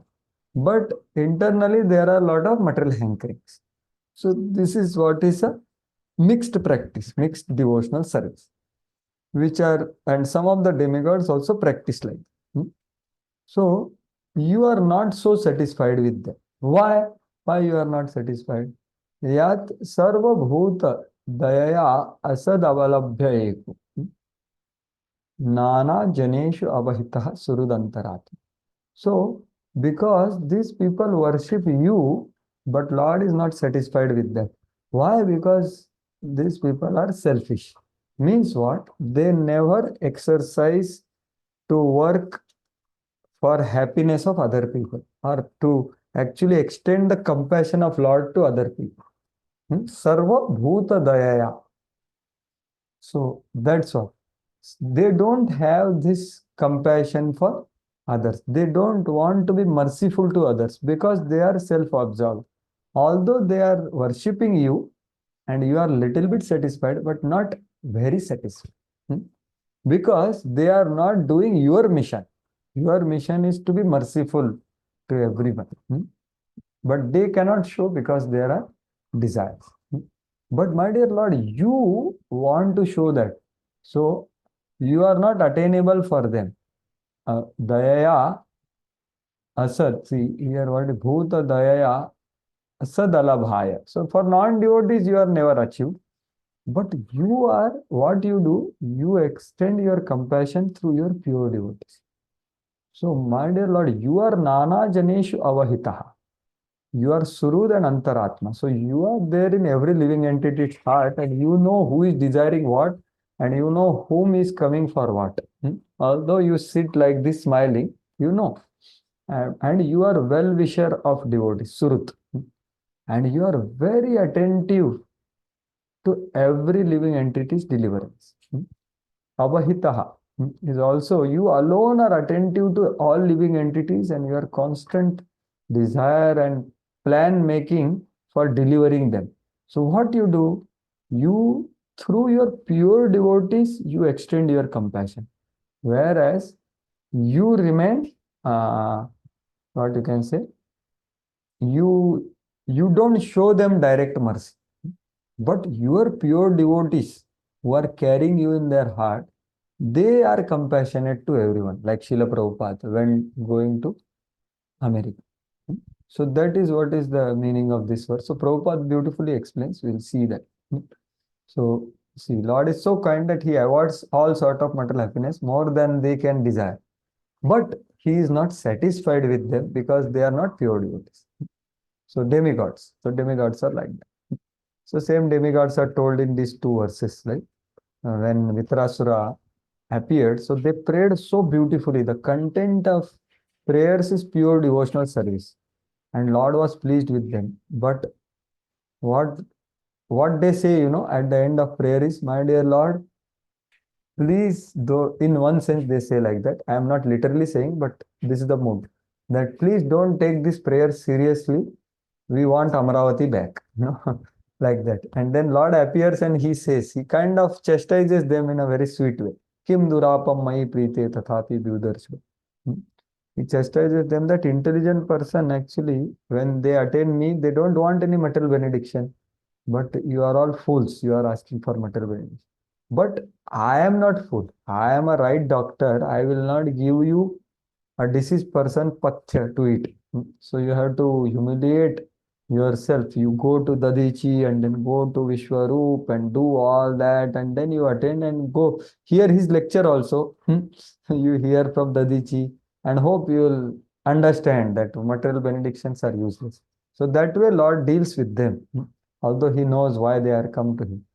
The demigods in heavenly planets may and many devotees in this planet also. So now Prabhupada is coming to us in this planet, want to remain in the material world as devotees of the Lord and take advantage of material happiness. They do so at risk of falling down to the lower status of existence. And this makes the Lord dissatisfied with them. So Lord is dissatisfied because they want both. And what happens, problem is, when you want both, it's like putting leg on two boats. So what will happen? It moves. And then one falls down, lower state of X. That's why he's not satisfied. So if you read this 1.2.17, which is, I think, Shunvata Swakata Krishna, there Prabhupada says, most often do not desire to go back to Godhead. Like that he says. And there, because what anyone sincerely desires, Lord helps that person. Like that Prabhupada says in that purport. And then he very elaborately, beautifully speaks about this dangers of woman and wealth, or dangers of opposite sex and wealth, which are the, Prabhupada says that it's very common to become restless in their association because of the long previous contact and experience. But a sincere person who takes properly to the process of devotional service, characterized by Shunvatam Swakatha Krishna, hearing Krishna Katha, Lord personally helps such person. Otherwise, there are many stalwarts in the spirituality have fallen victim to the allurements of opposite sex and wealth, like that Prabhupada says. So very beautiful purport, you can see that. There Prabhupada says that this mentality which is said here, want to take advantage, like that. And then he says, pure devotees are not desirous of any material enjoyment, nor they are averse to it. So this is another part. They are not averse to material enjoyment. When they see others doing, they are not averse because they are not envious. They are not averse to it. They just continue their bhakti. They are not attached and not detached. They are non-attached. So they have no attachment, no aversion. Whatever is needed for bhakti, they continue like that. So like that Prabhupada says. So Lord is very much satisfied with pure devotees because they do not act for sense gratification, but only in terms of Lord's desire. And the non-devotees, of course, Lord they don't be shown. And then he comes to this compassion part, I think. The demigods are called Sakama devotees, or the devotees with material desires in mind, while the pure devotees are called Nishkam devotees because they have no desires for their personal interest. Yeah, this part, can someone read this part? Till here. The Sakama devotees from Yeah. that Prabhuji? Yeah. The Sakam devotees are self-interested because they do not think of others and therefore they are not able to satisfy the Lord perfectly. Whereas the pure devotees take the missionary responsibility of turning non-devotees into devotees, Sarvabhuta Dayaya, and they are therefore able to satisfy the Lord more than the demigods. The Lord is unmindful of the non-devotees, although he is sitting within everyone's heart as well-wisher and super soul. However, he also gives them the chance to receive his mercy through his pure devotees who are engaged in missionary activities. And this also you can. The Lord is so satisfied with his pure devotees that he wants to give them the credit of missionary success, although he could do the work personally. Yeah. So this is the way Lord exercises his compassion. So he remains aloof, although he is there in the heart of everyone. So innocent and mixed devotees and pure devotees. But Lord gives his mercy through agency of pure devotees. He directly doesn't give mercy. That is the most important Siddhanta here. That Lord's mercy is coming through pure devotees' mercy. So Lord remains aloof, but he gives credit. He wants his pure devotees, he make give mercy and get the credit to them. Lord is happy to give them credit. So Prabhupada is saying that here. And Prabhupada himself is such personality, right? So he gives them. So Lord is concerned about all, but he exercises his compassion through pure devotees only, like that. And of course, other things are already discussed earlier. The challenge with mixed devotees is they are thinking about themselves, so they cannot think of others. So these are the transcendental, by such transcendental activities, Lord simultaneously become free from charge of partiality and exhibits his pleasure with the pure devotees, right? So he doesn't become partial. So this is one Vedanta Sutra which is explained. Nice. So he is nice. What is that? Vaishamya, Nirghranye, Nar Sapekshvatva. So these two qualities doesn't exist in law. The partiality and the cruelty. Now question arises, if the Lord is sitting in the heart of non-devotee, why they are not moved to become devotees? It may be answered that stubborn non-devotees are like barren land. So now he is going one step ahead. That why not? So this is very important. What he is telling is that person like Daksha, when Narada is coming to preach to him and give him bhakti, but he is unable to give bhakti, although he heard all the criticism and curse of Daksha, right? Daksha Prajapati. Why? Because his heart was not receptive. Same is the case with Vidura in the first canto, where Vidura could not give bhakti to Dhritarashtra because of the offenses. So here Prabhupada says that the barren land or alkaline field are the offensive non-devotees. So their heart, even if the pure devotees give seed, nothing happens. So that's what is being said in the last purport. From Vishwanath Chakravarti Thakur, Prabhupada takes that and he gives the example of Daksha actually. So the offenses reduce the receptivity of the mercy of the pure devotees who are planning for that. Can you imagine? So that is what he raises question and answers it. So the next verse now, so this is how now since those without material desires are the best in bhakti, okay, fine. But every man may not be like to follow or aspire Nishkam Bhakti, right? When it comes to practical reality, everyone may not be like that. Everyone doesn't want to be like that.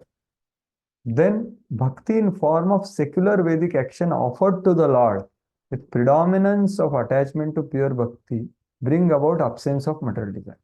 So that is what is told. So what about the people who are not come to the platform of aspiring for Nishkam Bhakti? Okay, no problem. You can do Karmarpanam. That's what is told in the 13th verse of this last verse of this section. Pumsamato vividha karma bhira bharadde danena chogra tapasa paricharyaya आराधनम भगवतस्तव सत्क्रियार्थो धर्मोर्पितः करहि चित्मयते न यत्र. Yeah, please read.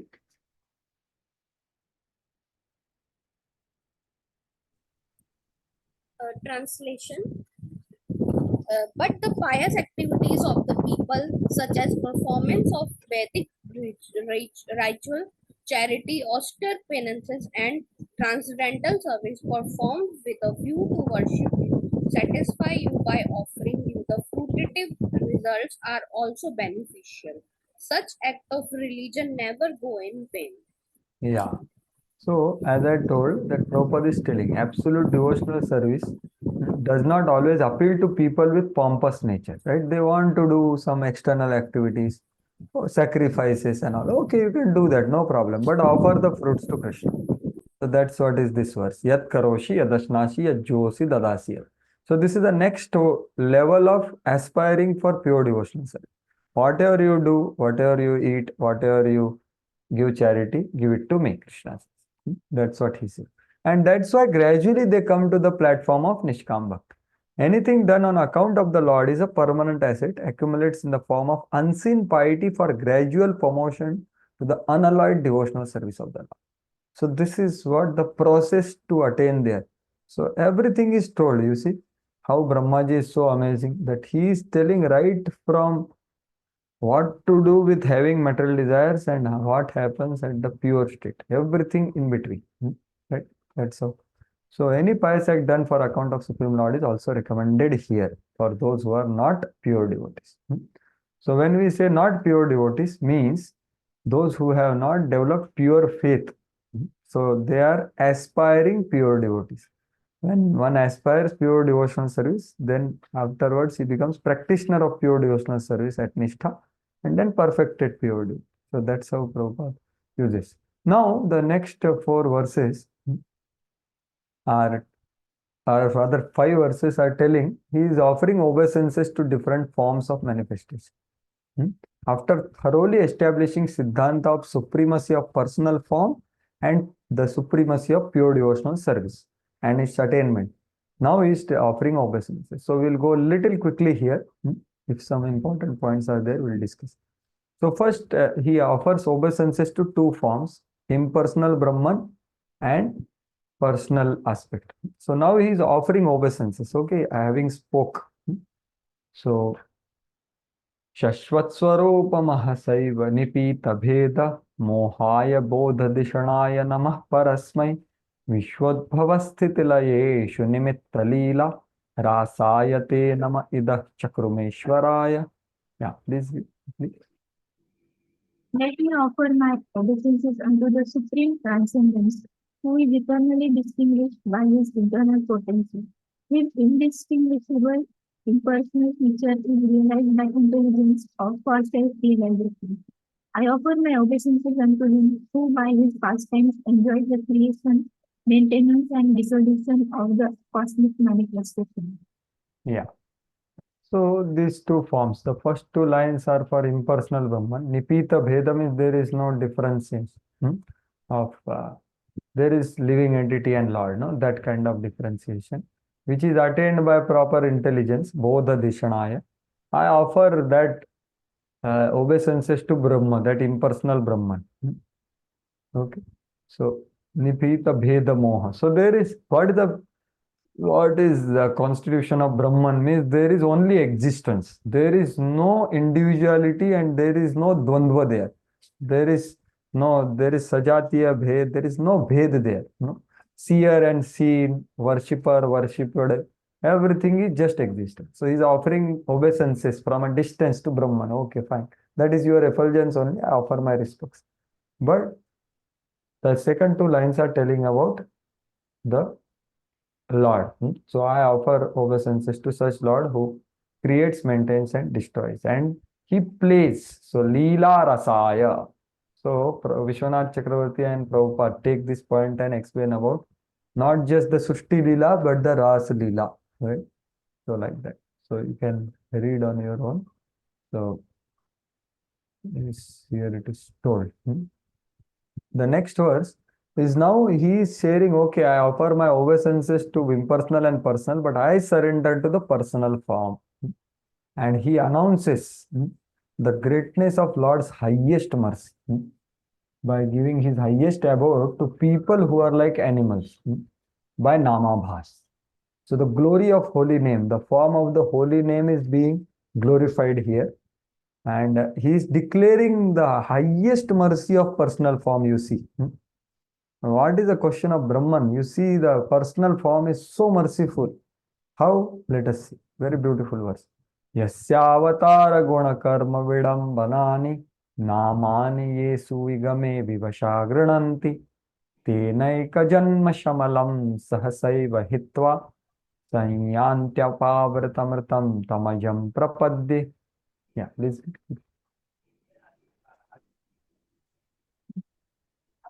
Let me take shelter of the lotus feet of him who the incarnations, qualities, and activities are mysterious imitations of worldly affairs. One who involves his transcendental names, even unconsciously, at the time he quits his life, is certainly washed immediately of the sins of many, many births and attain him without fail. Yeah. So, essence of this verse is that see, those who helplessly at the time of death chant his name, they destroy the mountain of sin, and they attain him. To such Lord whose names are so glorious, and he does imitation of humanly activities and his avataras. So to such Lord I take shelter. Like that he's telling. So there is a glory of holy name. So Ajamil and all you can understand. So the next verse, so Ajamil example is given here. So Vidambanam is being explained by Prabhupada. So Lord's holy names are as powerful as his avataras to deliver the jivas. Right? So how many of us have this much faith? At least I don't have. It's like avatar, but when we sit for chanting, we feel sleepy. Avatar is sitting with us, can you imagine? But that is the faith of Brahma. Right? So the next verse. Now he offers obeisances to the Vishwarup or Gunavataras also indicated. Both ways. See the sunset. Yeah, please read the translation.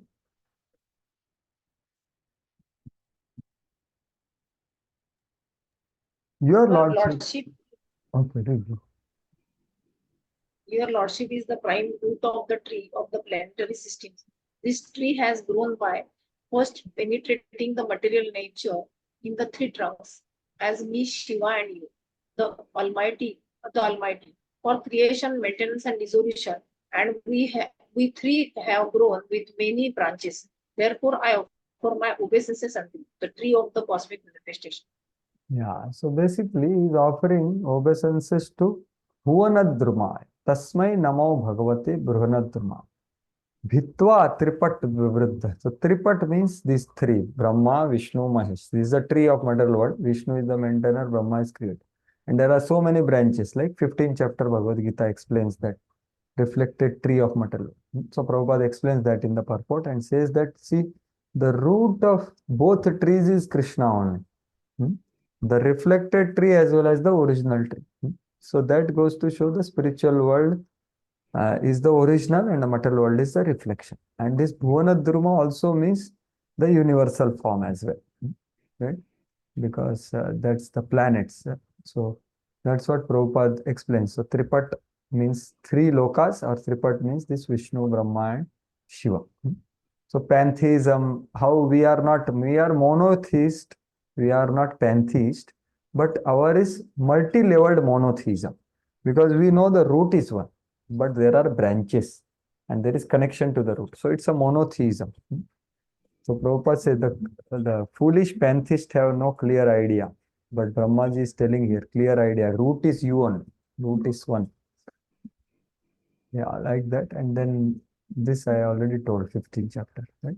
So next verse, he offers obeisances. Having spoken of Lord as universal form, Brahma now offers respects to the Lord as form of time which controls the universe.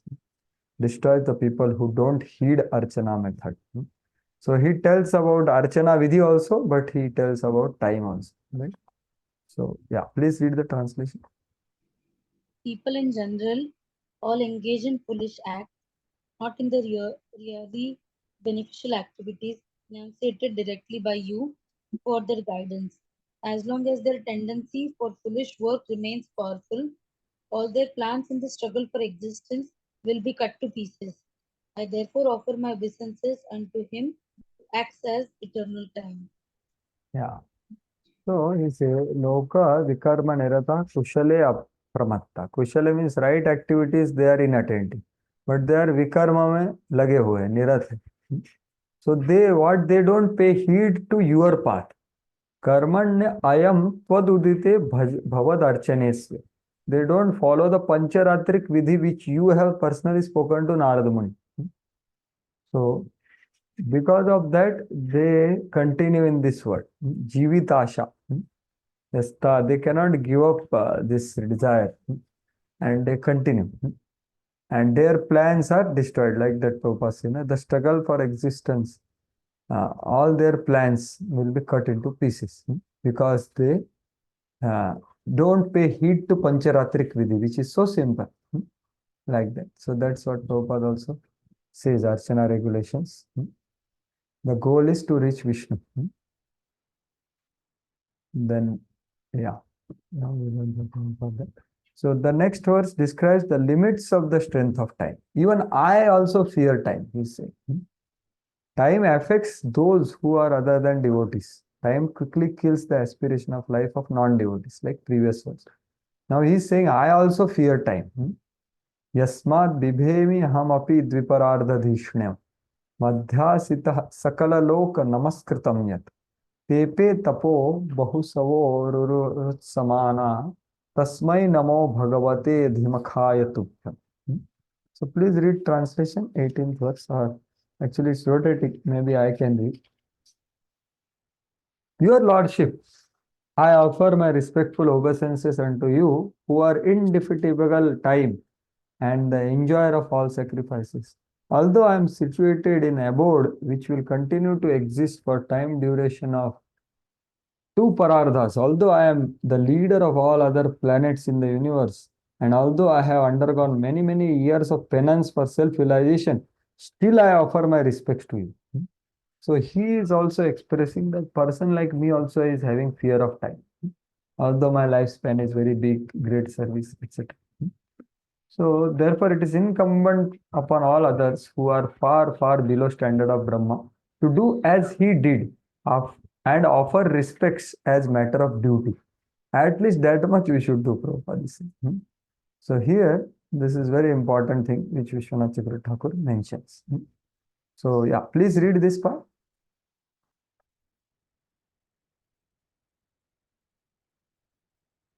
Brahma answers, I was thinking that I could bring time under control by sacrifice to you who are the controller of all sacrifices. But I am controlled by time and even now I fear time. So I was thinking like that, I will bring time under control. I will do tapasya and I will attain it. No. So without pure bhakti, time cannot be conquered. I fear time. So without pure bhakti, time cannot be conquered. This is what I have understood today. Therefore, I should perform only pure bhakti. That's what he means when he is expressing his desires. So, having said that, the last verse in the offering section is, he offers obeisances to Purushottama, the highest form of, in one sense, Krishna or Bhagavan, who appears in this material world with Tiryak, Manushya and many other forms to fulfill the desire of his devotees. So such form he is offering obeisances, who is superior to Purushavataras, right?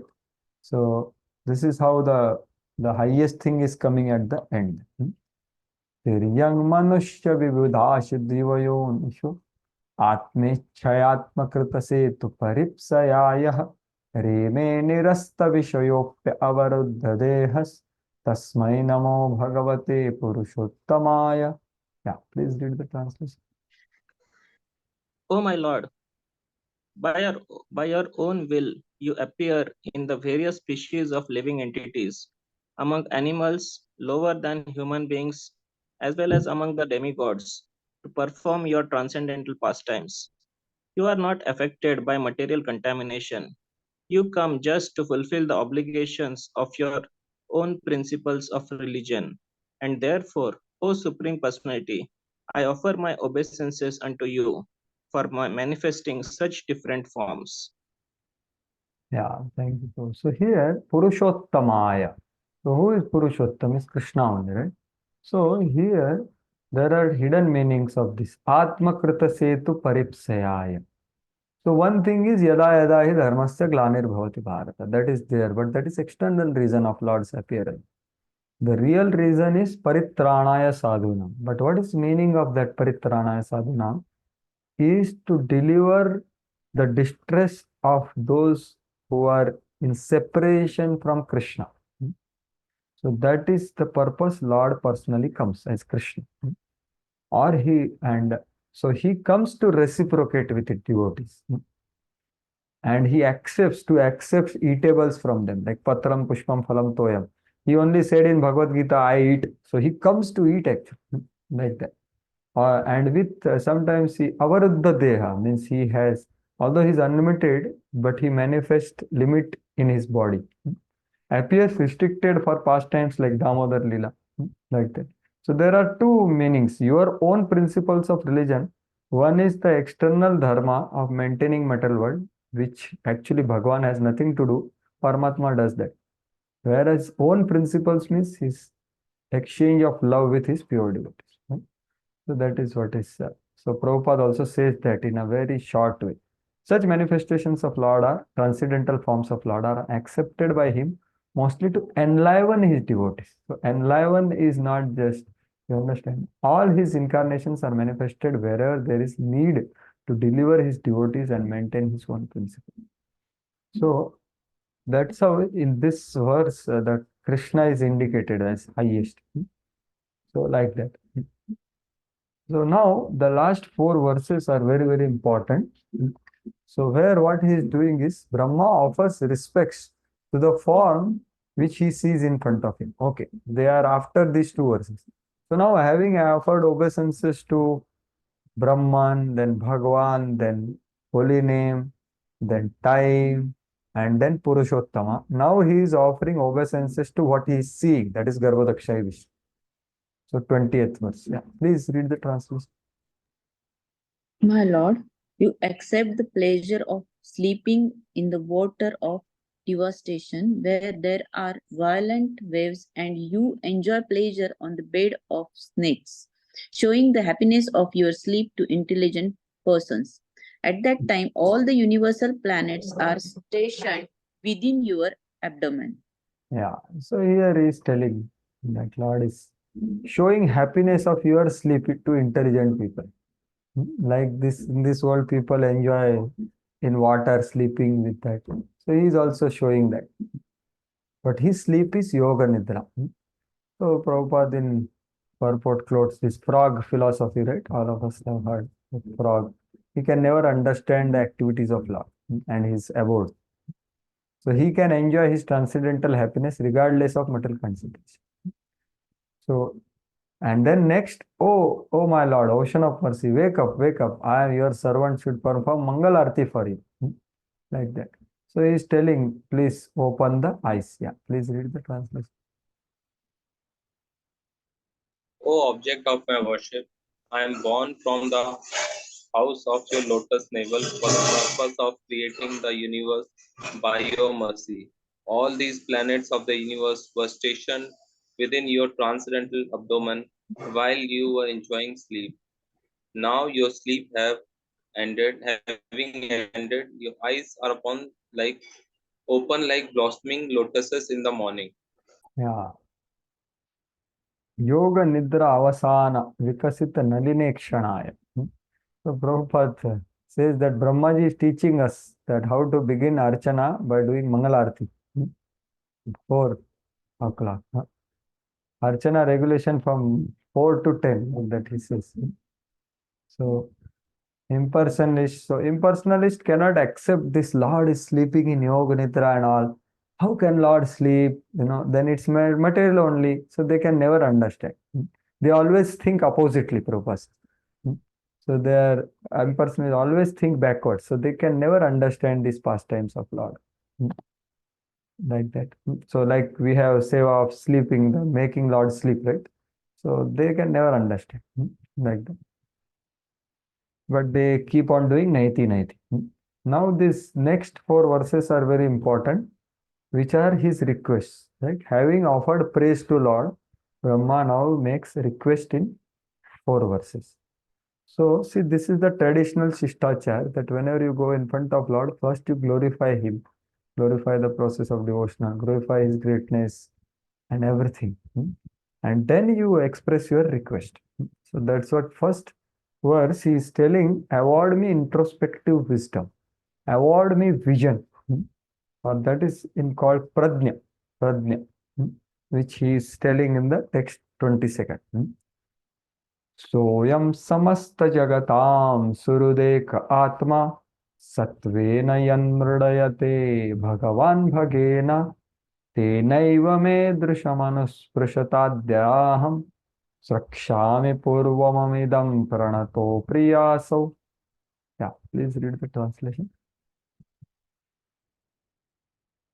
Let the Supreme Lord be merciful towards me. He is the one friend and soul of all living entities in the world, and he maintains all for their unlimited happiness by his six transcendental opulences. May he be merciful towards me so that I, as before, may be empowered with the introspection to create, for I am also one of the surrendered souls who are dear to the Lord. Yeah, so this is a very beautiful, important verse, which is telling us what to pray when we are asked to do some service. So it is so beautiful. And so what he is saying, Soyam samasta jagatah surudeka atma. Right? Means you are satvena mridayate bhagavan bhagena. So my dear Lord, you are only the well-wisher of all the worlds, material world and spiritual world. Samasta jagata. Eka atma.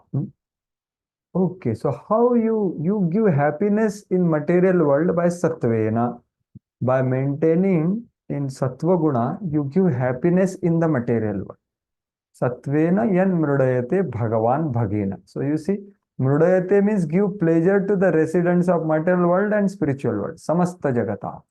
Surut. So Surut is one who always thinks of giving happiness to others, right? The friend who's his Surut is.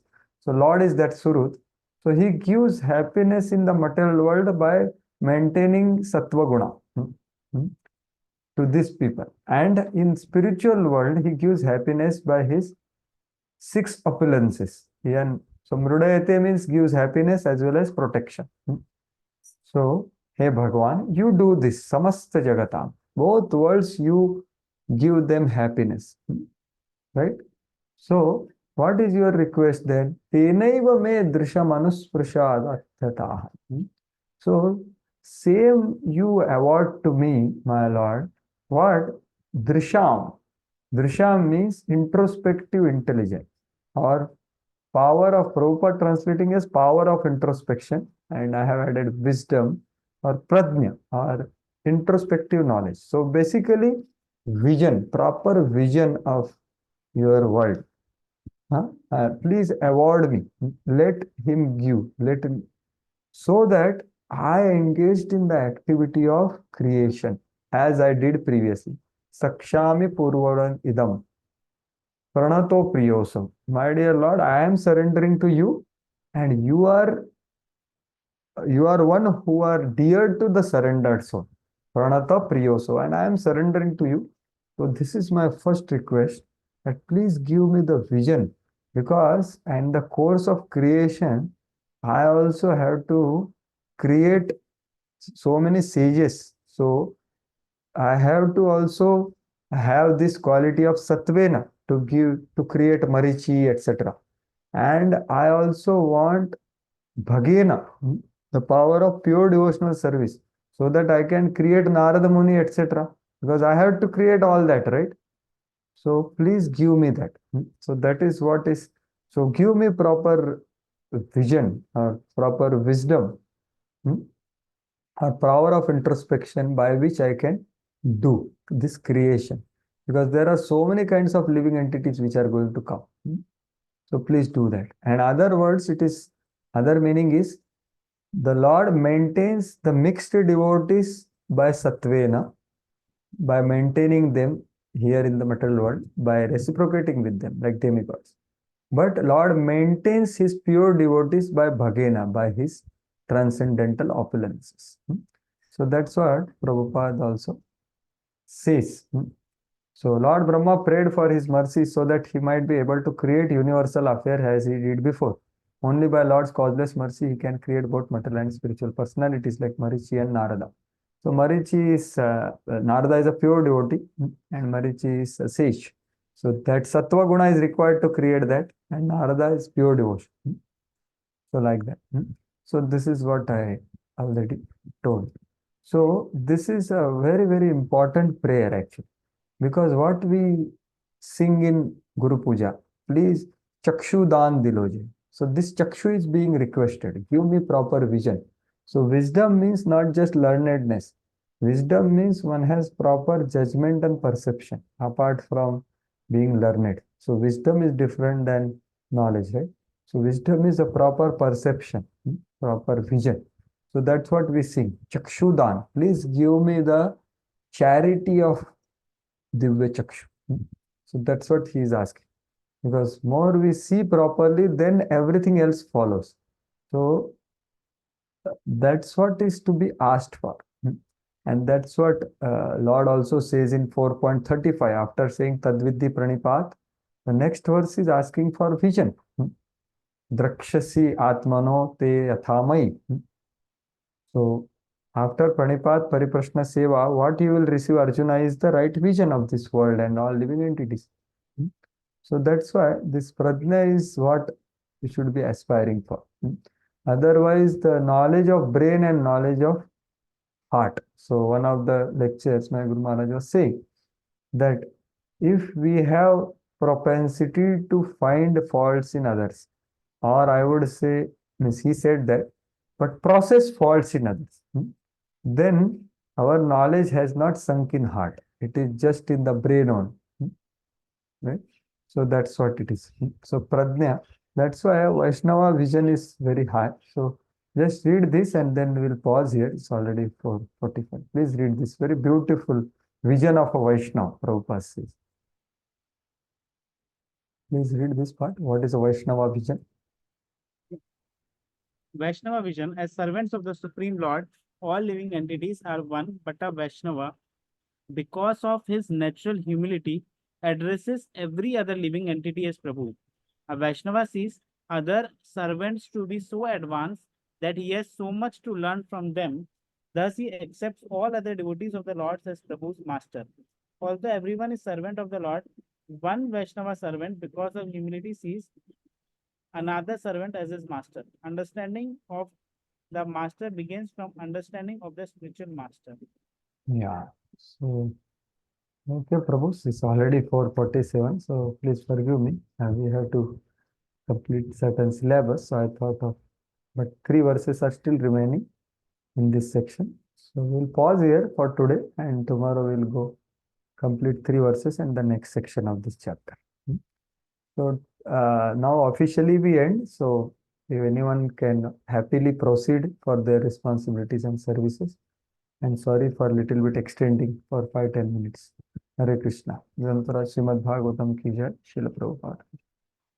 So in case anyone of you has any question, clarification, we can discuss now. There is no problem. Yes, Yashika Ahuja Mataji, you have something to say? Hare Krishna, Prabhuji, Dandavat Pranam. Dandavat. Prabhuji, actually I have a question. Yeah. In text 9, we heard no one is independent in this world, including Paramatma. Yeah. Prabhuji, please explain. Oh, that is little deeper. I'll send you that purport. You can read that because it's an elaborate thing. In short, I can tell that see, Paramatma means what? 3 Purusha Avtaras. Okay, they are called Antaryami. Shirodakshaya Vishnu. Shirodakshaya Vishnu is Paramatma in general. That is our Paramatma. But actually, Antaryami is Paramatma, original word. So there are three Antaryamis. So Kshirodakshai is Antaryami of living entities, and Garbhodakshai is Antaryami of one universe, and Mahavishnu is Antaryami of entire material world. So all three Antaryamis are temporary actually. At one point of time, even Mahavishnu doesn't exist. So who is dependent on? So Govinda Madhipurusham Tamaham. That way. So there is one purport of Srila Prabhupada. So I will share that number with you, the verse number. Okay. That will elaborate that thing. Prabhu ji also मतलब जैसे जो basically जो devotee है मतलब जो pure devotee है उसके heart में जो परमात्मा है वो भी भगवान वहां पे मतलब खुद स्थापित हो जाते हैं परमात्मा को डिस्प्लेस करके. Yes, correct. You are right. But स्थापित होना ये अलग बात है. वो जाते हैं अंदर घुसते हैं कार्य करते हैं. Surely that is there. That's what what is that? Shrunvata Swakata Krishna Punya Shravan Kirtan. But when he sits, that is level of bhava and prem. Asya. Our case, it may happen, it goes, and after hearing the katha, it may go, Krishna will go away again because we are not thinking about it. Right? So it's basically neutral. Paramatma becomes reciprocal. So Bhagavan aspect starts acting to the degree we allow him to act. To that degree he acts. And when we neglect, he is no more there in one sense. That. Okay.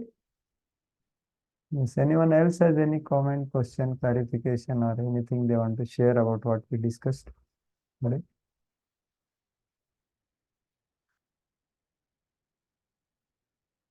Okay, so, fine, Prabhu. So, we will resume tomorrow and we will complete the 3 verses, and the next section also we need to complete, I think, next time.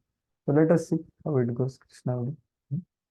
Hare Krishna. Thank you all very much for your patient hearing. Shri Brahma ji की जय, श्रील प्रभुपाद की जय, ग्रंथराज श्रीमद् भागवतम की जय. हरे कृष्ण.